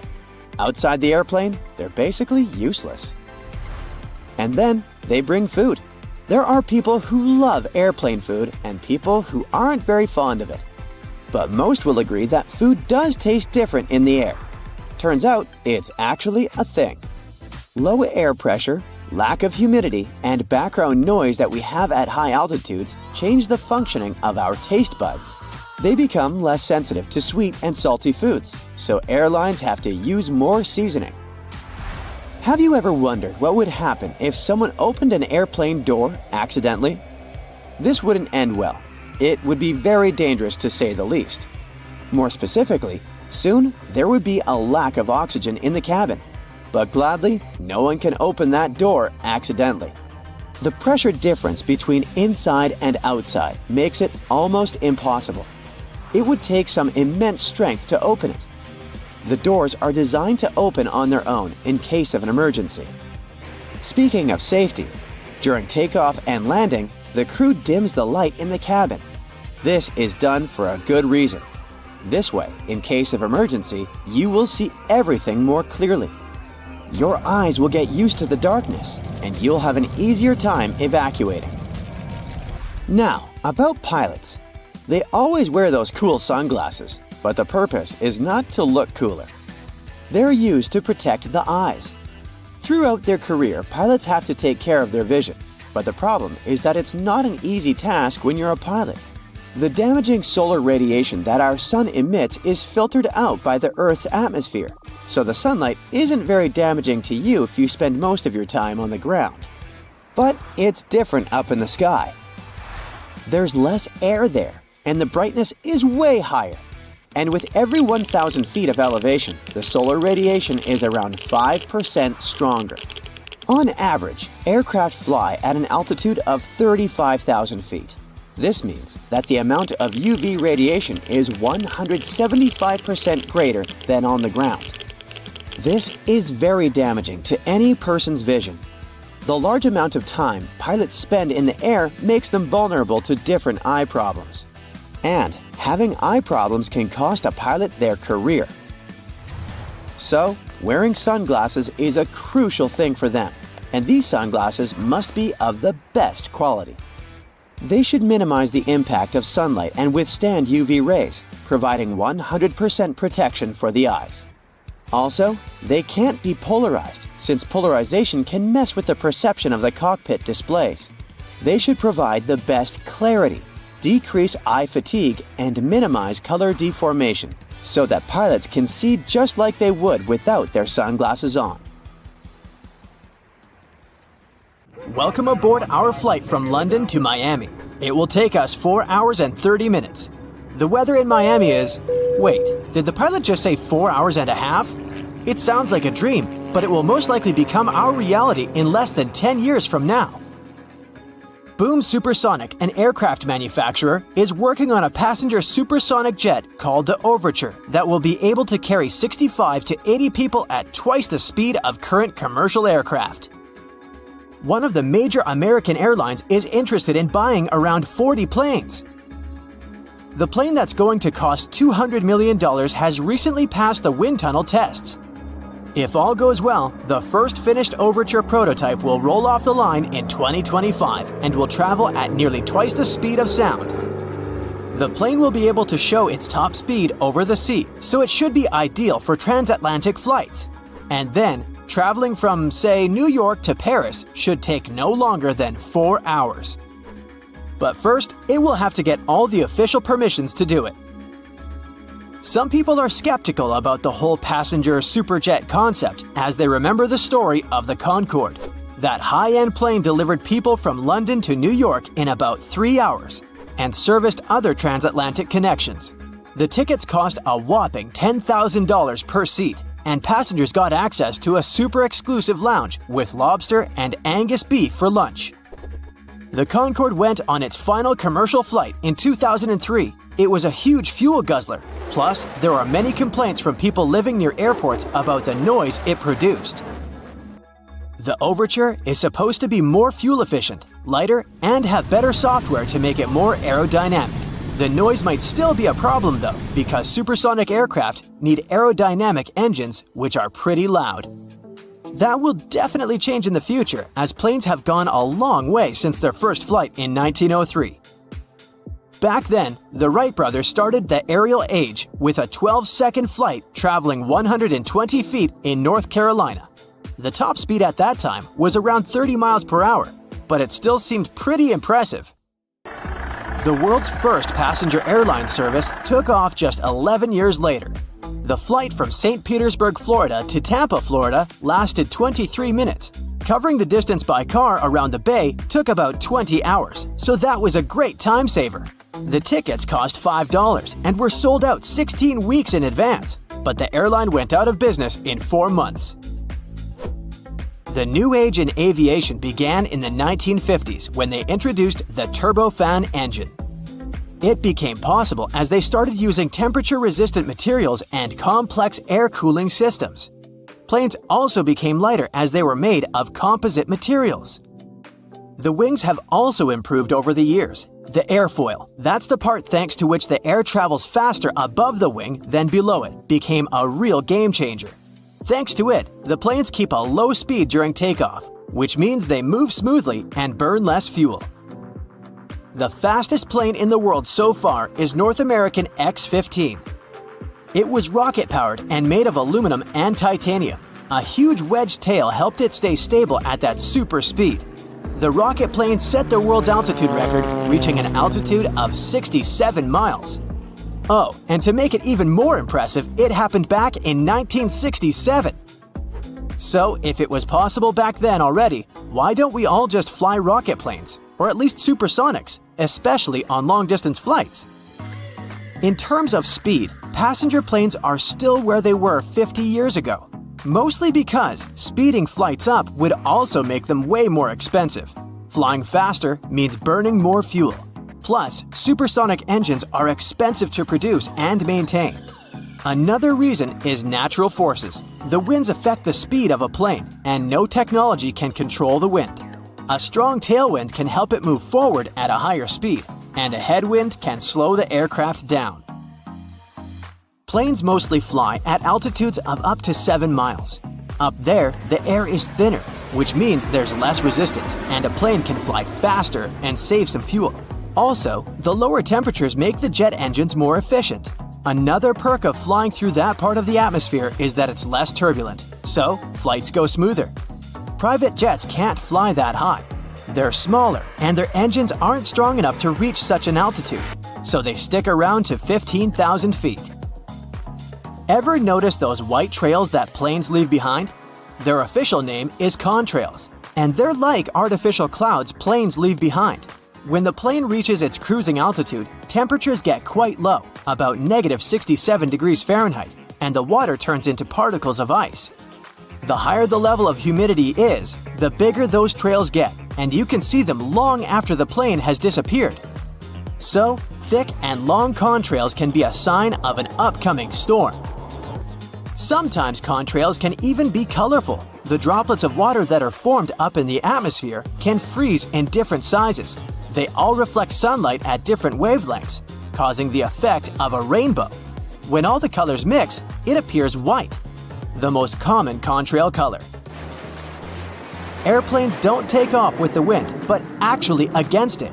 It's kinda like a kite. To make it fly, you launch it against the wind, and there it goes. That's because there are 4 forces of flight: lift, weight, thrust, and drag. The lift is generated because the speed of the air is higher above the kite than below it. The kite is pushed upwards. This is the lifting force. Going through a storm is one pretty scary experience, but is it really as dangerous as it seems? In fact, the most critical moments in windy weather are takeoff and landing.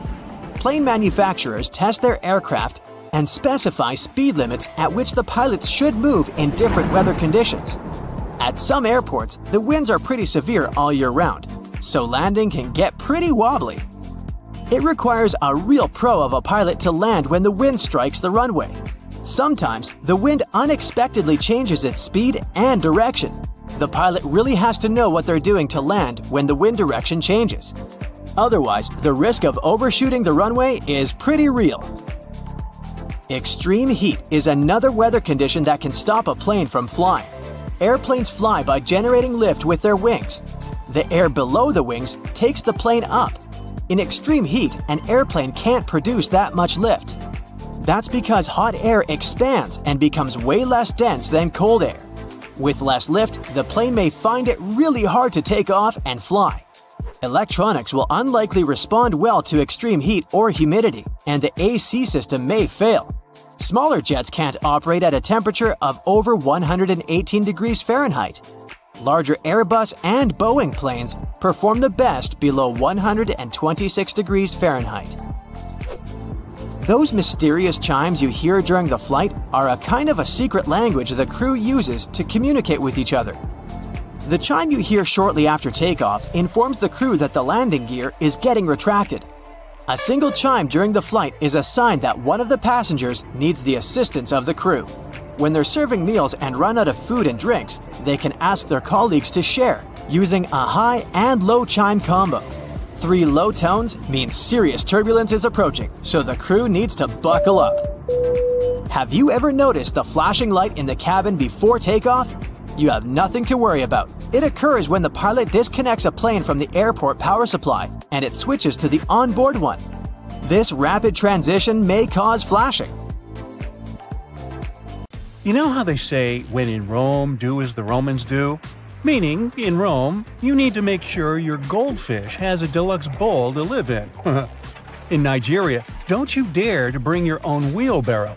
And perish the thought of adding as much mayo as you want to your dish when you're in France.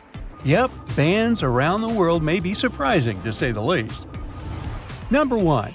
You will never see a good old doorknob in Vancouver, Canada. Some time ago, the city changed its building code to require the use of cool and sleek door levers instead. This change is all about making buildings more accessible and easier to use. Not only new buildings are getting a new makeover, even Vancouver's historic City Hall had its fancy Art Deco doorknobs replaced with shiny gold levers. But it's not that you can't legally have it in your house. There isn't a team of doorknob police coming to your house to confiscate your knobs. You can keep them as long as you like. Number 2 comes with a GeoGuessr tip for y'all. If you see this chair in the picture, it means it's 100% not in Basel, Switzerland. It's called a monoblock chair, and it's special. You see, most objects give away clues about when and where they're from, like the shape of electrical outlets or the labels on your shampoo bottle. But the monoblock is context-free. Some people call them one of the world's most perfectly designed objects, while others say the homogeneous nature of the chair is disturbing and the real evil of globalization. But why is it banned in Basel? Turns out the authorities just want the city to be pretty, and the chair design isn't to their liking. Right, if you want to keep one in your backyard, feel free. But they've been a big no in public spaces since 2008. 3. If you were ever thinking of bringing a wheelbarrow to Nigeria, I've got some news for you. Don't even try. Should you need it for some reason during your stay in Nigeria, just buy one there when you arrive. The authorities won't let you bring your imported wheelbarrow across the border. Why? Well, they're all about supporting their own manufacturing industry, so they want to give their local wheelbarrow makers a chance to shine. At number 4, we've got China, where the authorities decided to put a stop to time travel. Wait a minute, it's not what you think. No time travel machine has been invented. The ban is on TV shows and movies. By the way, it's not something new. The law was introduced in the early 2010s. Apparently, the big shots in charge want to keep things real and are not too keen on distorting historical events. They say some scripts are getting a bit too wild, making up myths, promoting superstition, and disrespecting the country's past.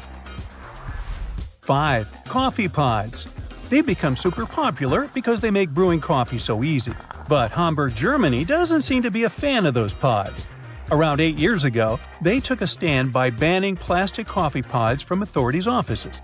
These little pods are made of various materials, making recycling a real challenge. While it's true that these coffee capsules can create a lot of problems, they're still loved by many. In fact, they've become a big hit in the US and Europe, making up a chunk of the coffee market. Hamburg is hoping to lead the way in showing people just how wasteful these pods really are. Number 6. Chewing gum. It has been banned in Singapore since 1992. The ban was put in place to stop people from sticking gum in all sorts of weird places, like subway doors, lock cylinders, and elevator buttons. Yuck. But costly train shenanigans were the last straw for the authorities. The ban was put in place after some serious gum incidents on the Mass Rapid Transit or MRT trains in the late 80s. Some mischievous pranksters have been gumming up the works on MRT trains by sticking chewing gum on the door sensors. That caused a sticky situation and messed up train services. And there you have it, chewing gum got completely banned. Now, just a note here, yep, these are gums prescribed for therapeutic or dental reasons. And yep, they're still allowed. Also, don't get this whole ban wrong. It's not illegal to chew gum in Singapore. So if you come there as a tourist, you can bring in a little gum for personal use if you're traveling. Just do not stick it under this nice park bench, okay?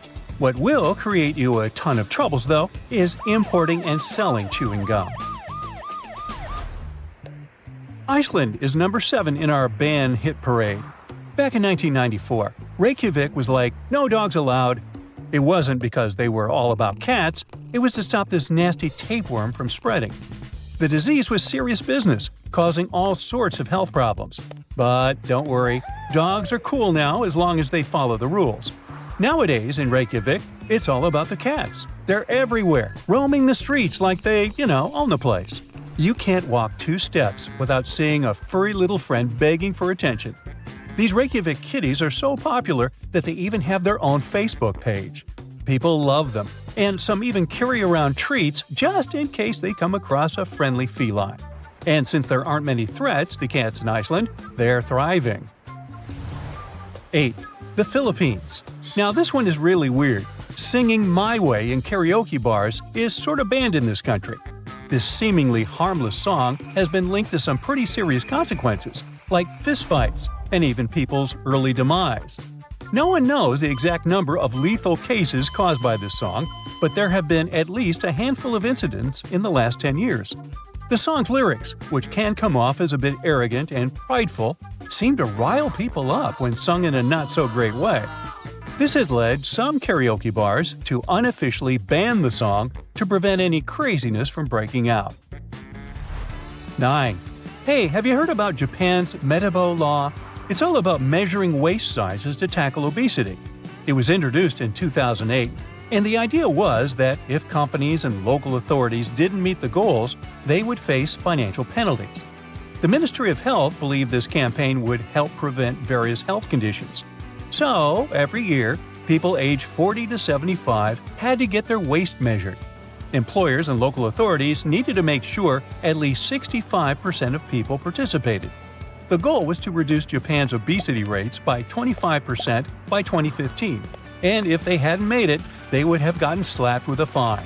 Did it work? Well, in 2024, there are only 4.5% of people who reportedly have weight issues in Japan. Number 10, and we're back to Canada. So if you catch someone in there counting out pennies in line, you can totally have some fun with them, legally speaking, of course. According to the Canadian Currency Act, there's a limit to the number of pennies you can use in a transaction, 25 to be exact. So if someone tries using 26 coins, you can play sheriff and send them to coin jail. Snatch up their pennies as evidence. Yeah. 11. And a condiment-regulated country here. Apparently, in France, they're cracking down on condiments in public schools. They're trying to make meals healthier for students. The rule is that you can't just go crazy with mayo, ketchup, and vinaigrette anymore. They have to be served according to the dish. Finally, Italy. In Rome, you can't keep your goldfish in a boring old glass bowl. Nope, that's considered cruel. because those little guys need their oxygen flow. Plus, if you keep them in a bowl for too long, they might go blind. Also, you can't give away goldfish as prizes. The law has a whole subsection about it. So if you're planning on bringing a goldfish home from your next trip to Rome, make sure you've got a fancy tank ready for them. And thank you for watching. Now, carefully arranging your used towels isn't the best thing to do in a hotel. You're just not helping. The general rule is, dump them somewhere like the bathroom floor or in the bathtub. Then the staff can see that they need to change the towels.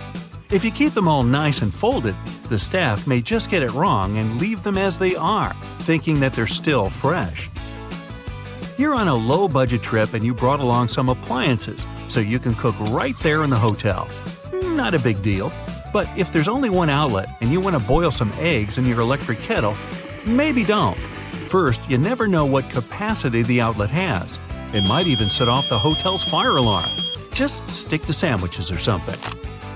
Of course, you can boil water for some ramen noodles, but if you feel like a slice of fresh, crusty toast, never try to make it with an iron. Sounds crazy, but some people have even tried heating up their frozen pizza with a hairdryer. What happened? They ended up having to go look for another hotel and an actual restaurant. Always look for hotels that include breakfast. It's usually way more expensive to have breakfast at a nearby restaurant. Plus, you most likely wouldn't know where to go. Much better to hit the hotel's breakfast buffet: coffee, cheese, ham, toast, fruit. If you play your cards right, you'd be too full for lunch. Sometimes your hotel room's way bigger than you expected. If there are 2 beds, but you're traveling alone, maybe don't use both of them. That'll just add a bunch of unnecessary work for the hotel staff. Even though room service includes cleaning, it's polite to do some basic tidying up yourself before you leave. Pick up any paper lying around. Wipe up that coffee you spilled on the floor. Don't make the bed though. The staff's going to replace the sheets no matter what. Plus, if you make the bed right after you get up, you're just actually creating a lovely dark environment for tiny dust mites. Yeah, bugs might be a real issue. Even the best hotels with the best staff can be powerless against those little guys. Put your luggage in the bathtub first. It's the cleanest place in the room. Then check the place over for bugs. If you don't see any, start unpacking. So, no bugs. But what about mold? The most common way for mold to get into a hotel room is if you chuck your wet towel on the bed and go out for the day. You might get back to an interesting smelling room. If you're going to be traveling a lot and plan on using the same hotel chain more than once, don't try to trick the hotel into thinking you never drank that soda from the minibar. Yeah, a can of soda might cost you double what you'd pay at the gas station, but you don't want to get put on the hotel's naughty list. This one sounds hilarious, but still, no one should ever be boiling their socks or any other item of clothing in the kettle that comes in the hotel room. Some hotel managers claim to have seen it happen. Just send your clothes off to the hotel's cleaning service people. If you love sleeping on a thick pillow, ask the front desk for an extra one. Don't even think about moving that cushion from the couch. Chances are, it's never really been washed. Saying thank you is always polite, but a nice tip would go down even better. It's not that polite to leave your room service tip on the last day of your stay. Different people might have been cleaning your room, so only tipping the last one is kind of unfair. If you decide to leave your tip on the very last day, leave a note along with it to make sure they share it with their coworkers. You can also tip the parking valets when you drop off and pick up your car. And in general, don't be shy. You can tip a door person, a porter. Those small tips can add up, and they'll be really grateful for any extra cash. Taking reusable items from your hotel room as a souvenir is a big no-no, though it's okay to grab those shampoos, conditioners, lotions, soap, combs, sewing kits. That stuff can save you an emergency. Leave those towels, glasses, and dishes behind for the next guest. If your room has the bathrobe of your dreams, you can always go to the front desk and ask if you can buy one. If you try to take one with you without asking for permission, chances are your credit card is going to be charged for it later. By the way, don't dry hotel towels out on the balcony. If you end up saying goodbye to one of them just because the wind took it away, or was it some shady neighbor, you'll be the one who's going to pay for it. They're just plain white towels, but they can be pretty pricey. Don't be too shy to call down to the front desk and ask for a late checkout. It's probably not a big deal for the hotel, but it might make all the difference to you. Hotels know you might be more likely to choose them again or leave a nice tip if they give you a few extra hours in your room. If they say no, well, at least you tried. One thing you can do to help the staff out when you leave is to air out your room. That small step is one of the most time-consuming things they have to do, and they have to clean the rooms really fast. Just leave the windows open to freshen the room up a bit. If it's really hot outside, you can even leave the air conditioning on. Just don't do both at the same time. Leave the TV remote on the desk, any cutlery on the table, and all the chairs back in their places. It'll save housekeeping a lot of time. They're already in a huge rush. Imagine cleaning hundreds of rooms every single day. Accidents can happen anywhere, and it's okay if you accidentally drop a glass and it breaks. But don't try to get away with it. Give the front desk a call. They probably won't even charge you for such a minor accident. Plus, management might think the housekeeping staff broke it, and they might make them pay for a replacement. Never turn down a chance to join your hotel's reward program. It's usually free, and you can get it after your first stay. If you travel a lot, try to choose those big chain hotels that give you bonuses every time you book. You could get bumped up to a suite, get better Wi-Fi, a free gym pass, or even a free night. Beware of steamy showers. If you accidentally release all that water vapor into your room at the same time, you might trigger the hotel's fire alarm. They keep those things extra sensitive just to be on the safe side. So make sure you keep the door shut next time you steam up the place. If you're traveling with a pet, let the hotel know about it beforehand. Pet policies can differ from one hotel to another, and if you have a more unusual pet, better double check. It might be a pet-friendly hotel, but you probably can't show up with your pet peacock. If they say no, they'll usually be able to tell you about another hotel nearby. Trying to hide your little furry friend isn't the best idea. Dogs can be super noisy, so can cats, so can peacocks. You're going to be looking at a hefty fine if they catch you.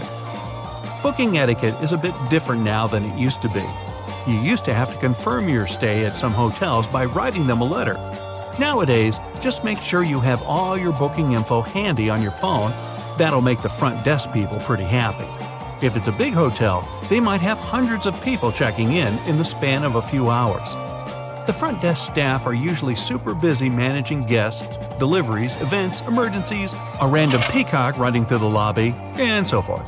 Just a nugget of advice, don't disturb them for every minor question you might have. Check out that booklet that's normally hanging out on the bedside table. The answer is most likely in there. Enjoy your stay! Now, flight attendants are trained to notice some pretty important things about each passenger once they board the plane. Curious about what these are? Well, first and foremost, flight attendants are all about safety. So if you're following the rules and paying attention during the safety demo, you're already off to a great start in their book. But don't worry, they're not just looking for rule followers. They also want to make sure you're comfortable and have everything you need to enjoy your flight. One thing they notice right away is how much luggage you're carrying. If you're struggling to lift a heavy bag into the overhead bin, they'll probably step in and help you out. And if you're one of those people who insists on bringing a massive carry-on that barely fits in the bin, they might discreetly check to make sure you're not breaking any weight or size limits. Speaking of luggage, flight attendants can tell a lot about you from your suitcase. If it's covered in stickers from exotic locations, they might assume you're a seasoned traveler who knows their way around an airport. But if it's a beat-up old bag with duct tape holding it together, they might wonder if you're a first-time flyer or just someone who doesn't care much about appearances. Of course, one of the most important things flight attendants notice about you is how you treat them and your fellow passengers. If you're friendly, polite, and respectful, they'll go out of their way to make your flight as pleasant as possible. But if you're rude, demanding, and throw a tantrum when things don't go your way, they might not be as eager to help you out. And then some. They'll always take a sneak peek at what's on your feet, too. It's not because they're all secretly obsessed with shoes, it's actually for your safety. They check out your sneakers to see if you can quickly and easily run in case of an emergency. If you're planning to board a flight, you might want to think twice before rocking those high heels, unless you want to hear an emergency command to kick them off. Speaking of emergencies, flight attendants also like to look at whether you're a fit person or not. They do this just in case they need some physical assistance in the event of some bad, unwanted thing happening. And hey, if you happen to be a doctor, don't be shy about letting the crew know. You might just be a lifesaver. Now, let's talk about food and drinks, my favorite topic. Flight attendants are always happy to serve you, but they also notice what you order. If you ask for something that's not on the menu or request a complicated custom drink, they might raise an eyebrow. But if you order something simple and easy to prepare, like a glass of water or a bag of pretzels, they'll be more than happy to oblige. If you're planning to fly with your furry friend, make sure to prepare it for some attention from the flight attendants. Don't worry, they're just curious about your cute companion. And if your pet is a trained service animal and registered with the airline beforehand, they're good to go. Also, if you've paid for your pet to fly, make sure they stay cozy in their carrier for the entire trip. Flight attendants are also trained to notice any unusual behavior or potential red flags. If someone seems nervous or anxious, they'll keep an eye on them to make sure they're okay. Luckily, some flight attendants are also happy to share some secrets that will make your next experience in an airplane way better. For instance, if you're wondering when's the best time to take to the skies, they may have some ideas. Some destinations, for example, have plenty of flights throughout the day. So the question is, should you go early or stay up late? Turns out that the best time is first thing in the morning. But shh, don't tell anyone, or they might steal all the morning flights. The reasoning is pretty sound, though. The weather is usually calmer in the morning, and any delays from the day before should have been sorted out overnight. Now, when it comes to holiday travel, here's another piece of advice. If you can swing it, give yourself a little wiggle room. For example, try flying on the day before the winter holiday starts, instead of the 24th itself.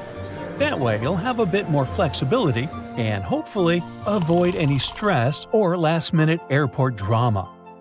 What can you do when it comes to delays, you might wonder? Well, they can happen at any time, unfortunately, and there's not much a flight attendant can do about it. But don't worry, flight attendants and passengers are on the same team. Also, don't believe the rumors. Flight attendants won't hide information from you. There's no point. If you're stuck on a delayed flight, don't hesitate to ask the staff for all the info you need, and rest assured they will do their best to get you on the next available flight as soon as possible. Now, what about jet lag? Surely flight attendants have the best remedies. If you're hopping across time zones, most flight attendants recommend catching a quick snooze upon arrival. But don't get too cozy. Stay up until nightfall to help your body clock adjust. After all, you don't want to be groggy when you arrive. Also, if you're only visiting a destination for a short time, airplane staff recommend sticking to your home time zone.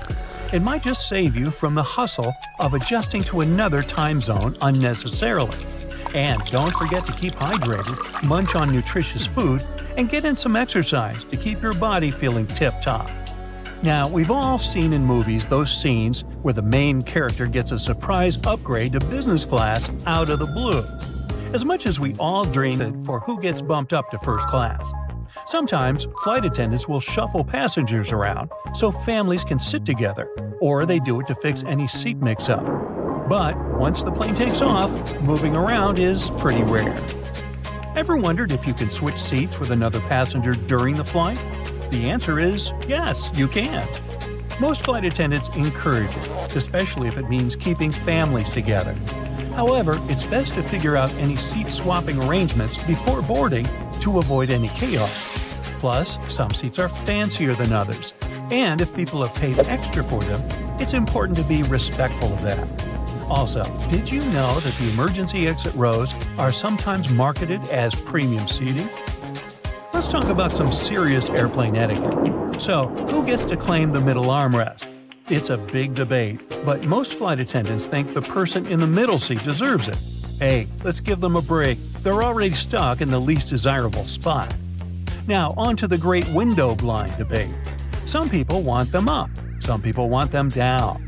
If it's a nighttime flight, keep them closed. You don't want to disturb your fellow passengers with unnecessary light. However, if you're flying over the Himalayas, you better believe people are going to peek through those windows. And let's not forget, blinds need to be open upon arrival for safety reasons. The crew needs to see outside in case of emergencies. Have you ever been curious about what flight attendants eat on board? Do they have the same food as the passengers?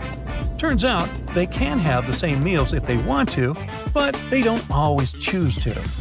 Some prefer to pack their own snacks, like hummus, apples, and popcorn, because the airplane options don't always keep them alert. They also focus on drinking lots of water and avoiding foods that might make them feel bloated, but they do indulge in airplane coffee. Some crew members even bring their own meals on board due to dietary requirements or to add to the festive vibe on holiday flights. I once saw a passenger give a tin of holiday cookies to the flight attendants. You can bet she got some extra special attention.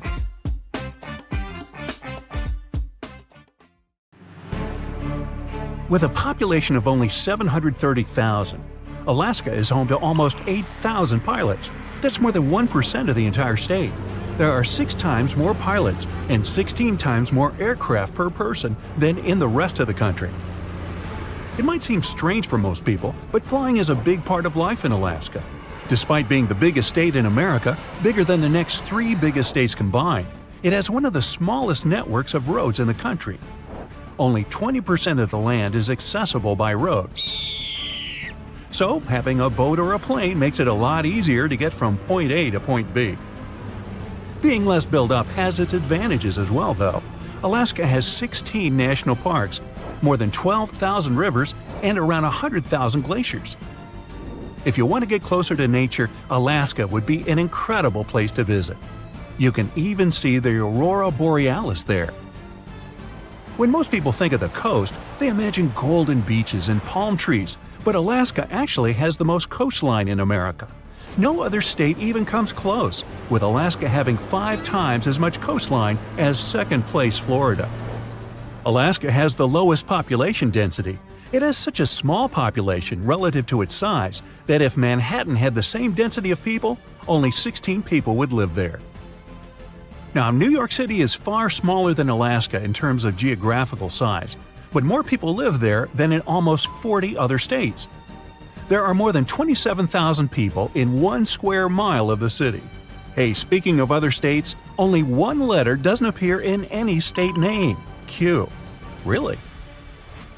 Arizona produces so much cotton every year, they can make 2 t-shirts for every American out there. Get equipped for any season with brand new Brightside merch. Click the link and grab your print. The Empire State Building is so big, it even has its own zip code, 10118. It's like a city of its own. If you're on the street and somebody drops a penny from the top of the Empire State Building, no worries. The faster it falls, the more air resistance increases, so it won't reach a speed high enough to cause much harm. It still might sting a little though. Scientists discovered a unique species of ant that only live in New York City. They were found in just one 14-block strip.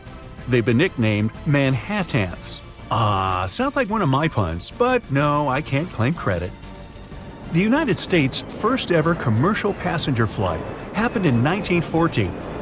It took just 23 minutes and only traveled a short distance within Florida, from St. Petersburg to Tampa.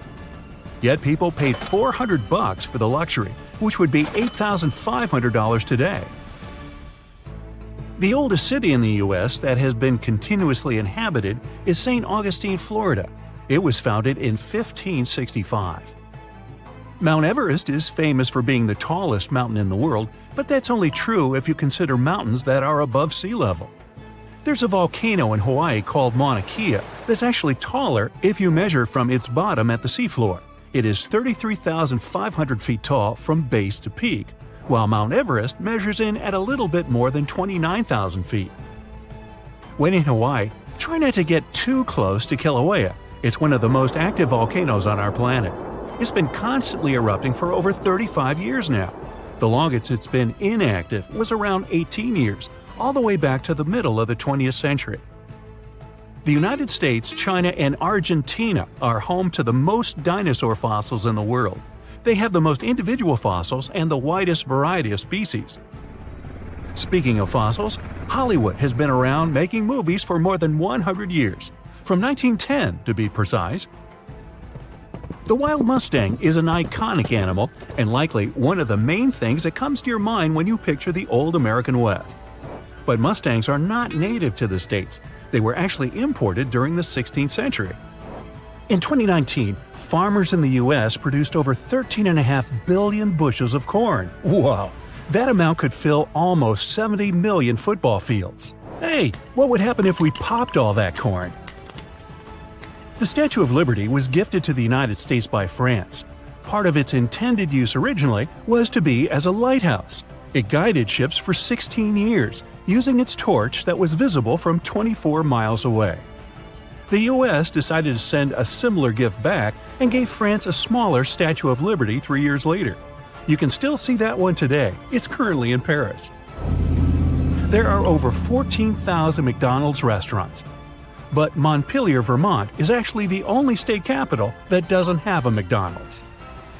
McDonald's once created broccoli that tasted of bubblegum to make a healthy option more enticing. Unsurprisingly, it didn't work out. The microwave was designed by an inventor named Percy Spencer. His amazing creation was only rewarded with a $2 bonus, $29 accounting for inflation. The USA prints 26 million bills a day. Each note can cost up to 11 cents to produce, mostly in ink and materials. They go through 9 tons of ink per day. The paper money in the US also isn't made of paper at all. It's actually 75% cotton and 25% linen. In Montana, there are more cows than people. Humans are outnumbered almost 3 to 1. An average American spends 4.4 years at every job. If you take an elevator to the top of Chicago's Willis Tower during a clear day, you can see up to 40 to 50 miles away, which means you'll see 4 states: Michigan, Wisconsin, Indiana, and Illinois. In Arkansas, you're not allowed to honk your horn when in front of a sandwich shop. True?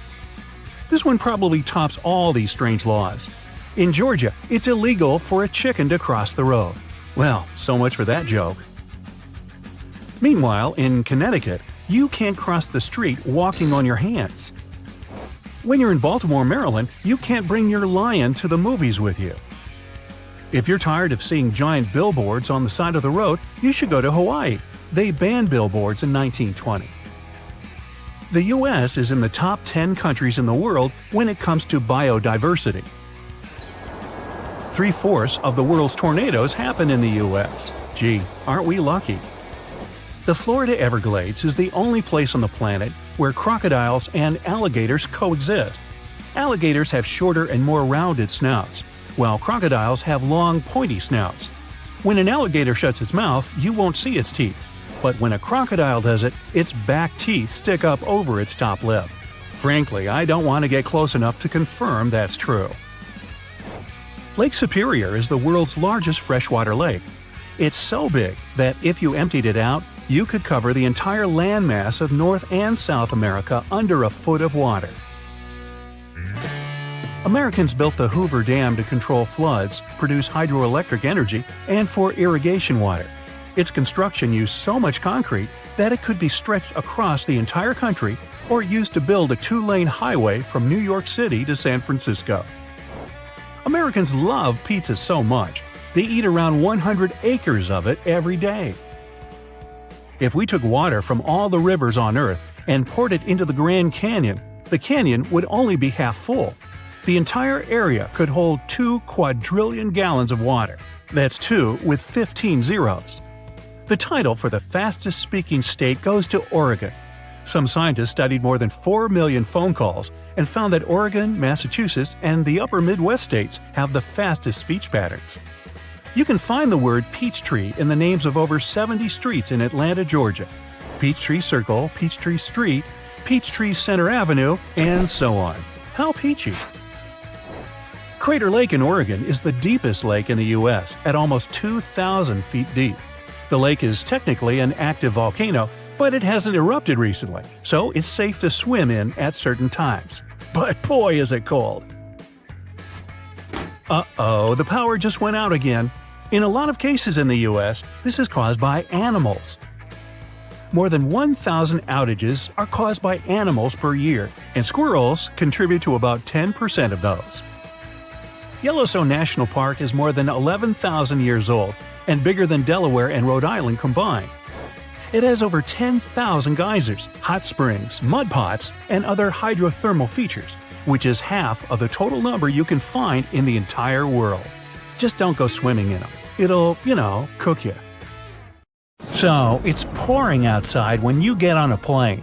If you were in a car, you'd simply switch on the windshield wipers and the headlights after turning the key in the ignition. Do pilots do that? Airplanes spark so many questions, and it's time for some answers. Do planes have windshield wipers? Yes, commercial planes do, but they're only used during taxiing, takeoff, and landing. Once a plane reaches its cruising altitude, pilots turn them off. The plane's speed is fast enough to clear the windshields from rain. Wipers might be absent on single-engine airplanes because the propeller airstream blows strong enough to keep the water away.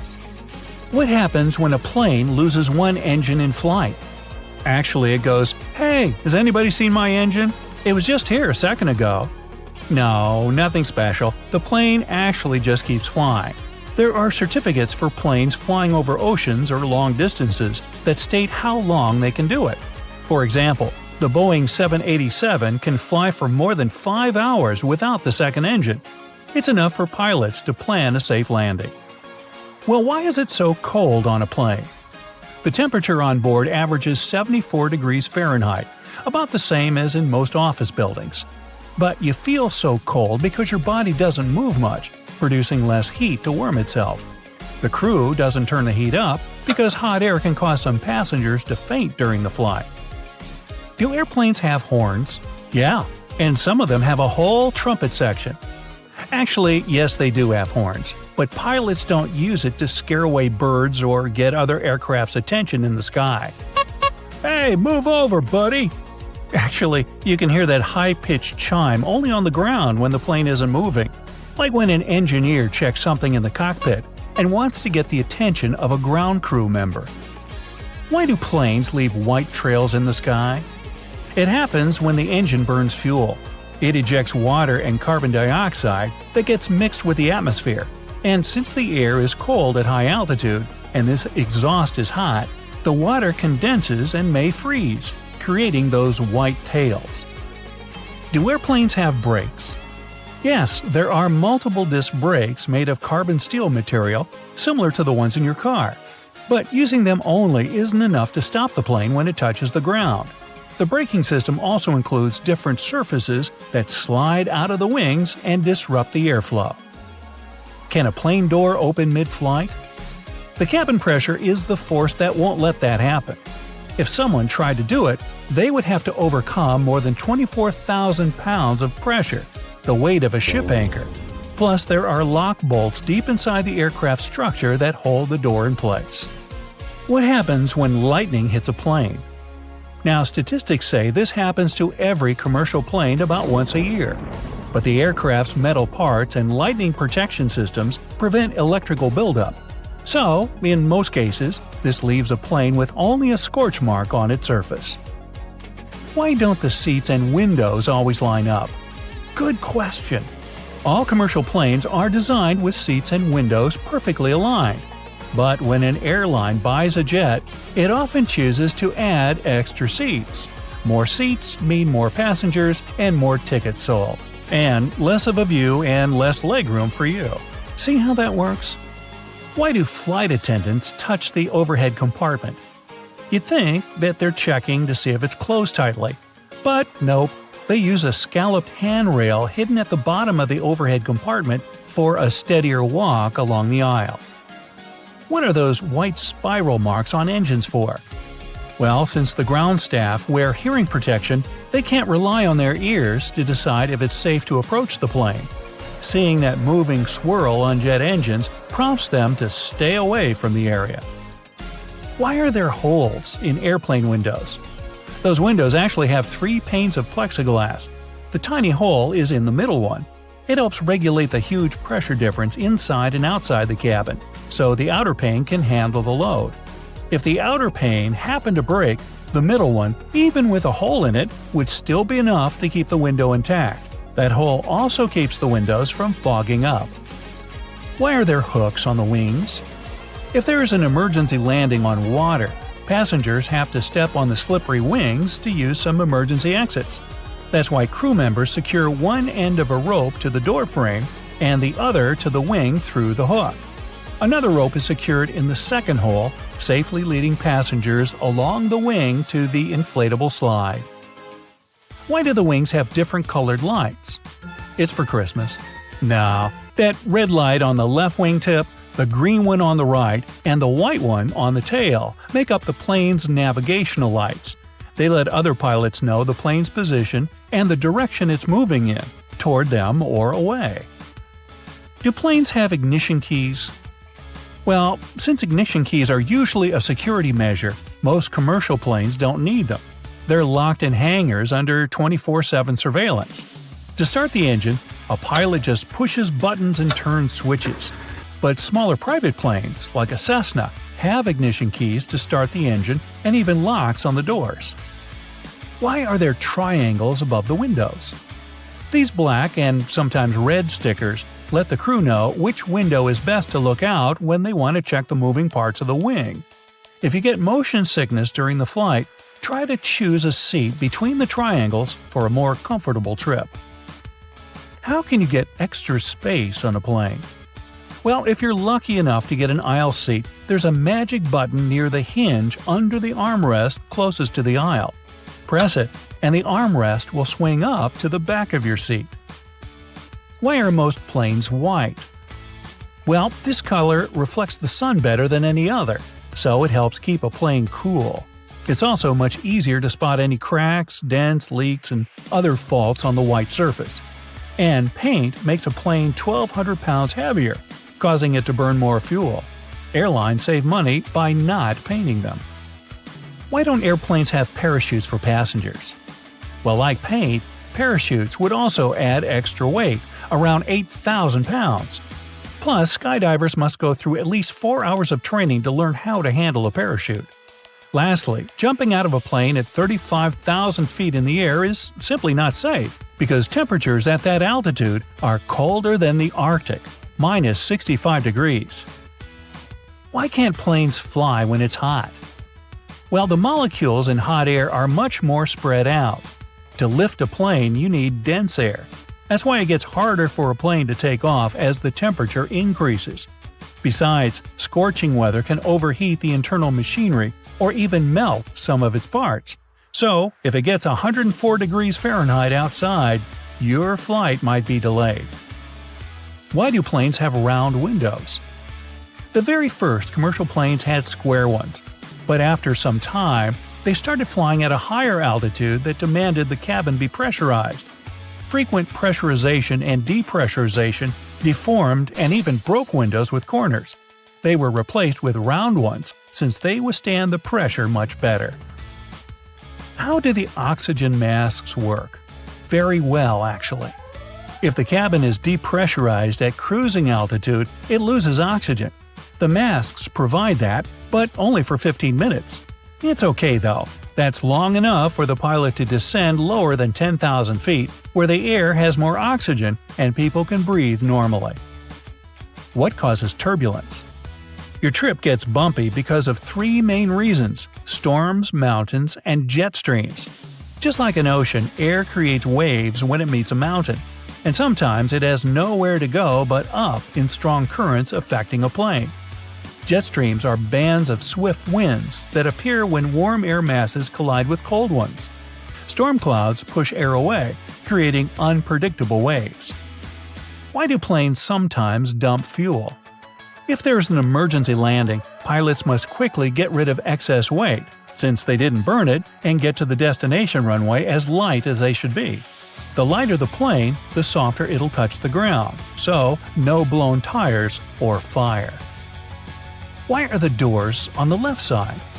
Well, the captain usually sits on that side, so aligning the plane with the terminal jet bridge is easier. They fuel the aircraft and load baggage on the right side.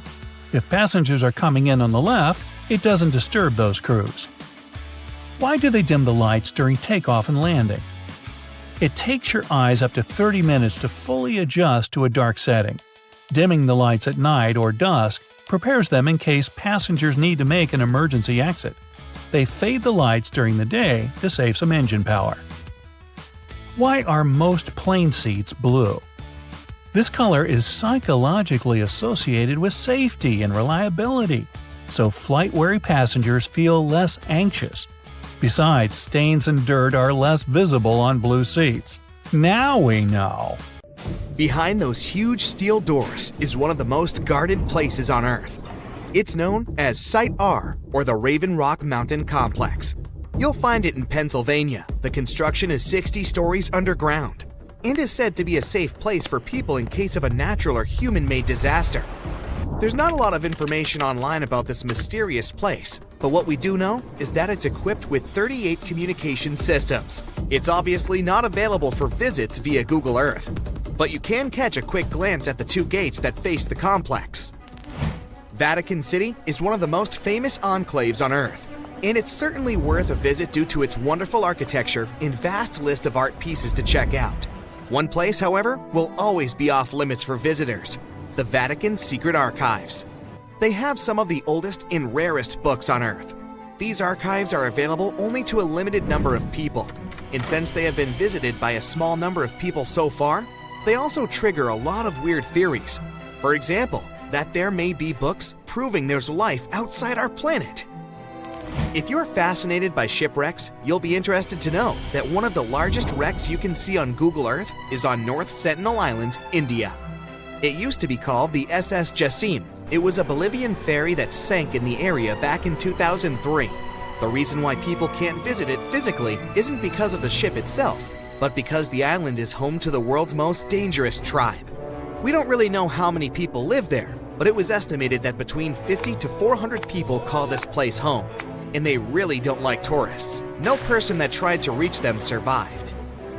Also, to protect them, their privacy, and their special status, the island is closely monitored by the Indian authorities. That's mostly because it's believed the locals don't have any immunity to modern diseases.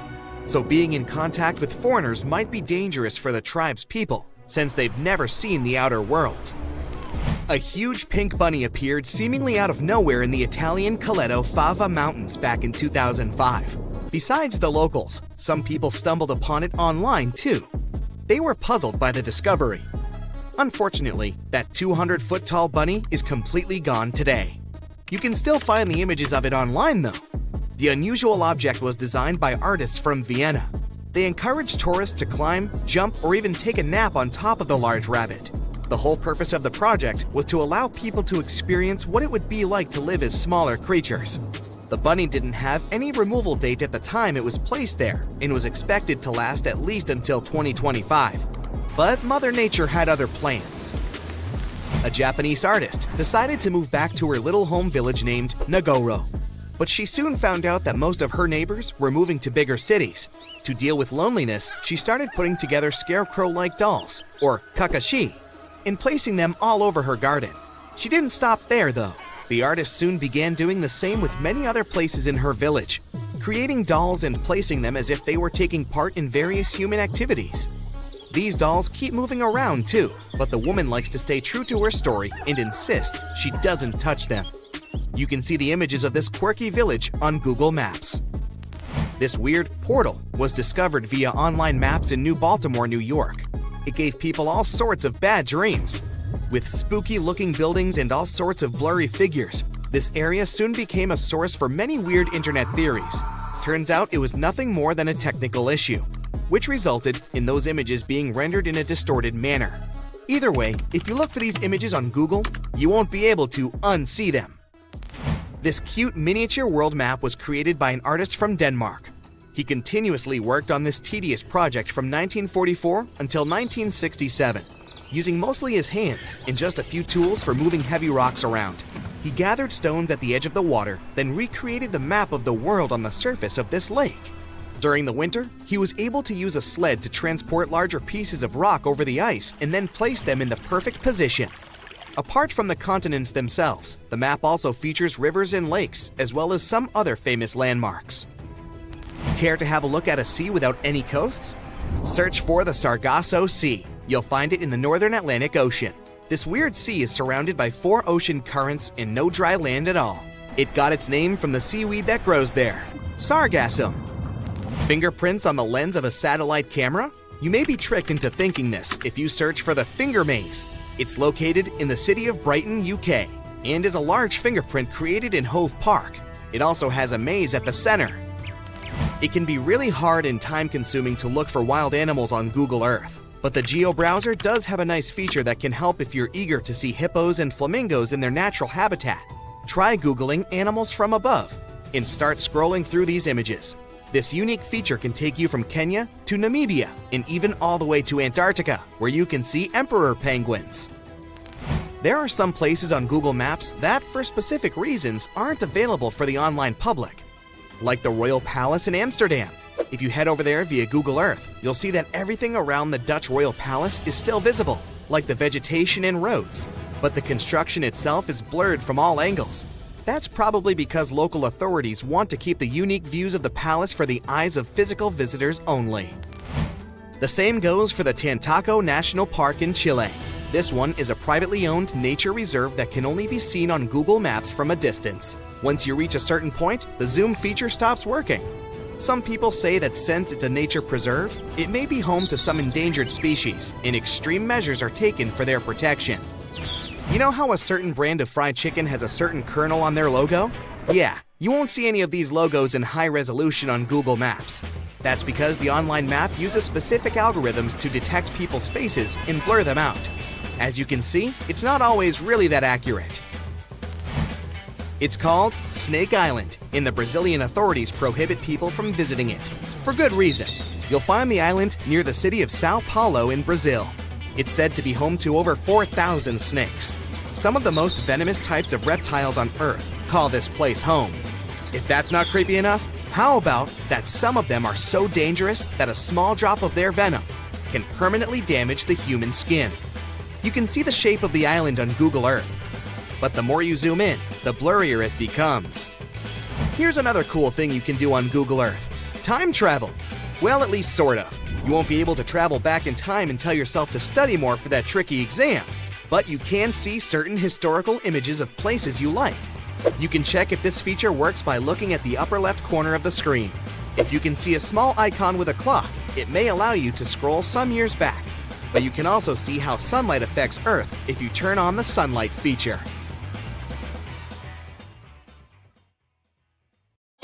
Would you like a professional stylist to fold your luggage, a private chef to cook meals just for you, and an entire plane to transport your TV set that didn't fit in your private jet? That's pretty much the everyday travel reality for the top 0.1% of U.S. earners who made around $3 million per year in 2022. Compare that to the regular salary of a working American of around $60,000. And then there's the top 1% who made around $800,000 the same year. If you want to travel like the richest people in the world, forget about chilling at one luxury hotel with shampoo made of gold for 2 weeks. The latest trend in upscale traveling is surf and turf. Rich guests spend a week on a sleek yacht after staying at a luxury hotel, or the other way around. Boat sales have surged in recent years, and the rich love to charter sailboats for $25,000 a week to as much as $90,000. It's a great way to get away from the common folk, you know. Everything is pre-planned by their travel agents, so they don't have to worry about a thing. The ultra-wealthy can often opt for private islands or buy out entire hotels. For instance, a villa on a private island off the Cannes coast in France will cost you around $290,000 a week. It's in high demand, a reasonable price to pay for the absence of neighbors or traffic. And if you do miss the hustle and bustle at some point, you can always hop on a speedboat and dance the night away at one of the luxurious beach clubs. In 2023, Greece became the top destination for the richest 1% of travelers.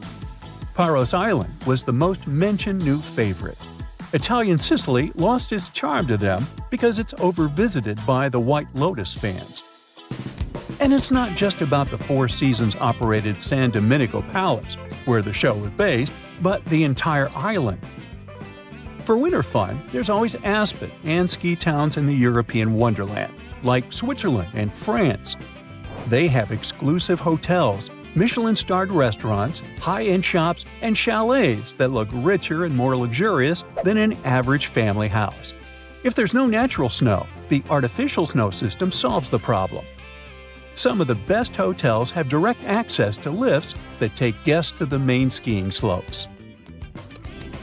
For those who aren't fans of the European resorts, there are always the Seychelles, where you can rent a villa for about $11,000 per night at a private island resort. George and Amal Clooney like to come here. Those who don't find it cool or exclusive enough go to Antarctica by private jet from Cape Town. The trip that lasts less than 24 hours costs $195,000. Richard Branson prefers to take his vacations to a private Necker Island, is part of the British Virgin Islands, and has some beautiful wildlife around it to explore. Guests rent the whole place for $80,000 per night. There's enough room for 34 people, but not all billionaires like to share, you know. People who are among the world's richest like to be at events where they can meet like-fortuned ones. Events like the World Economic Forum in Davos, where a standard steak will cost you $150.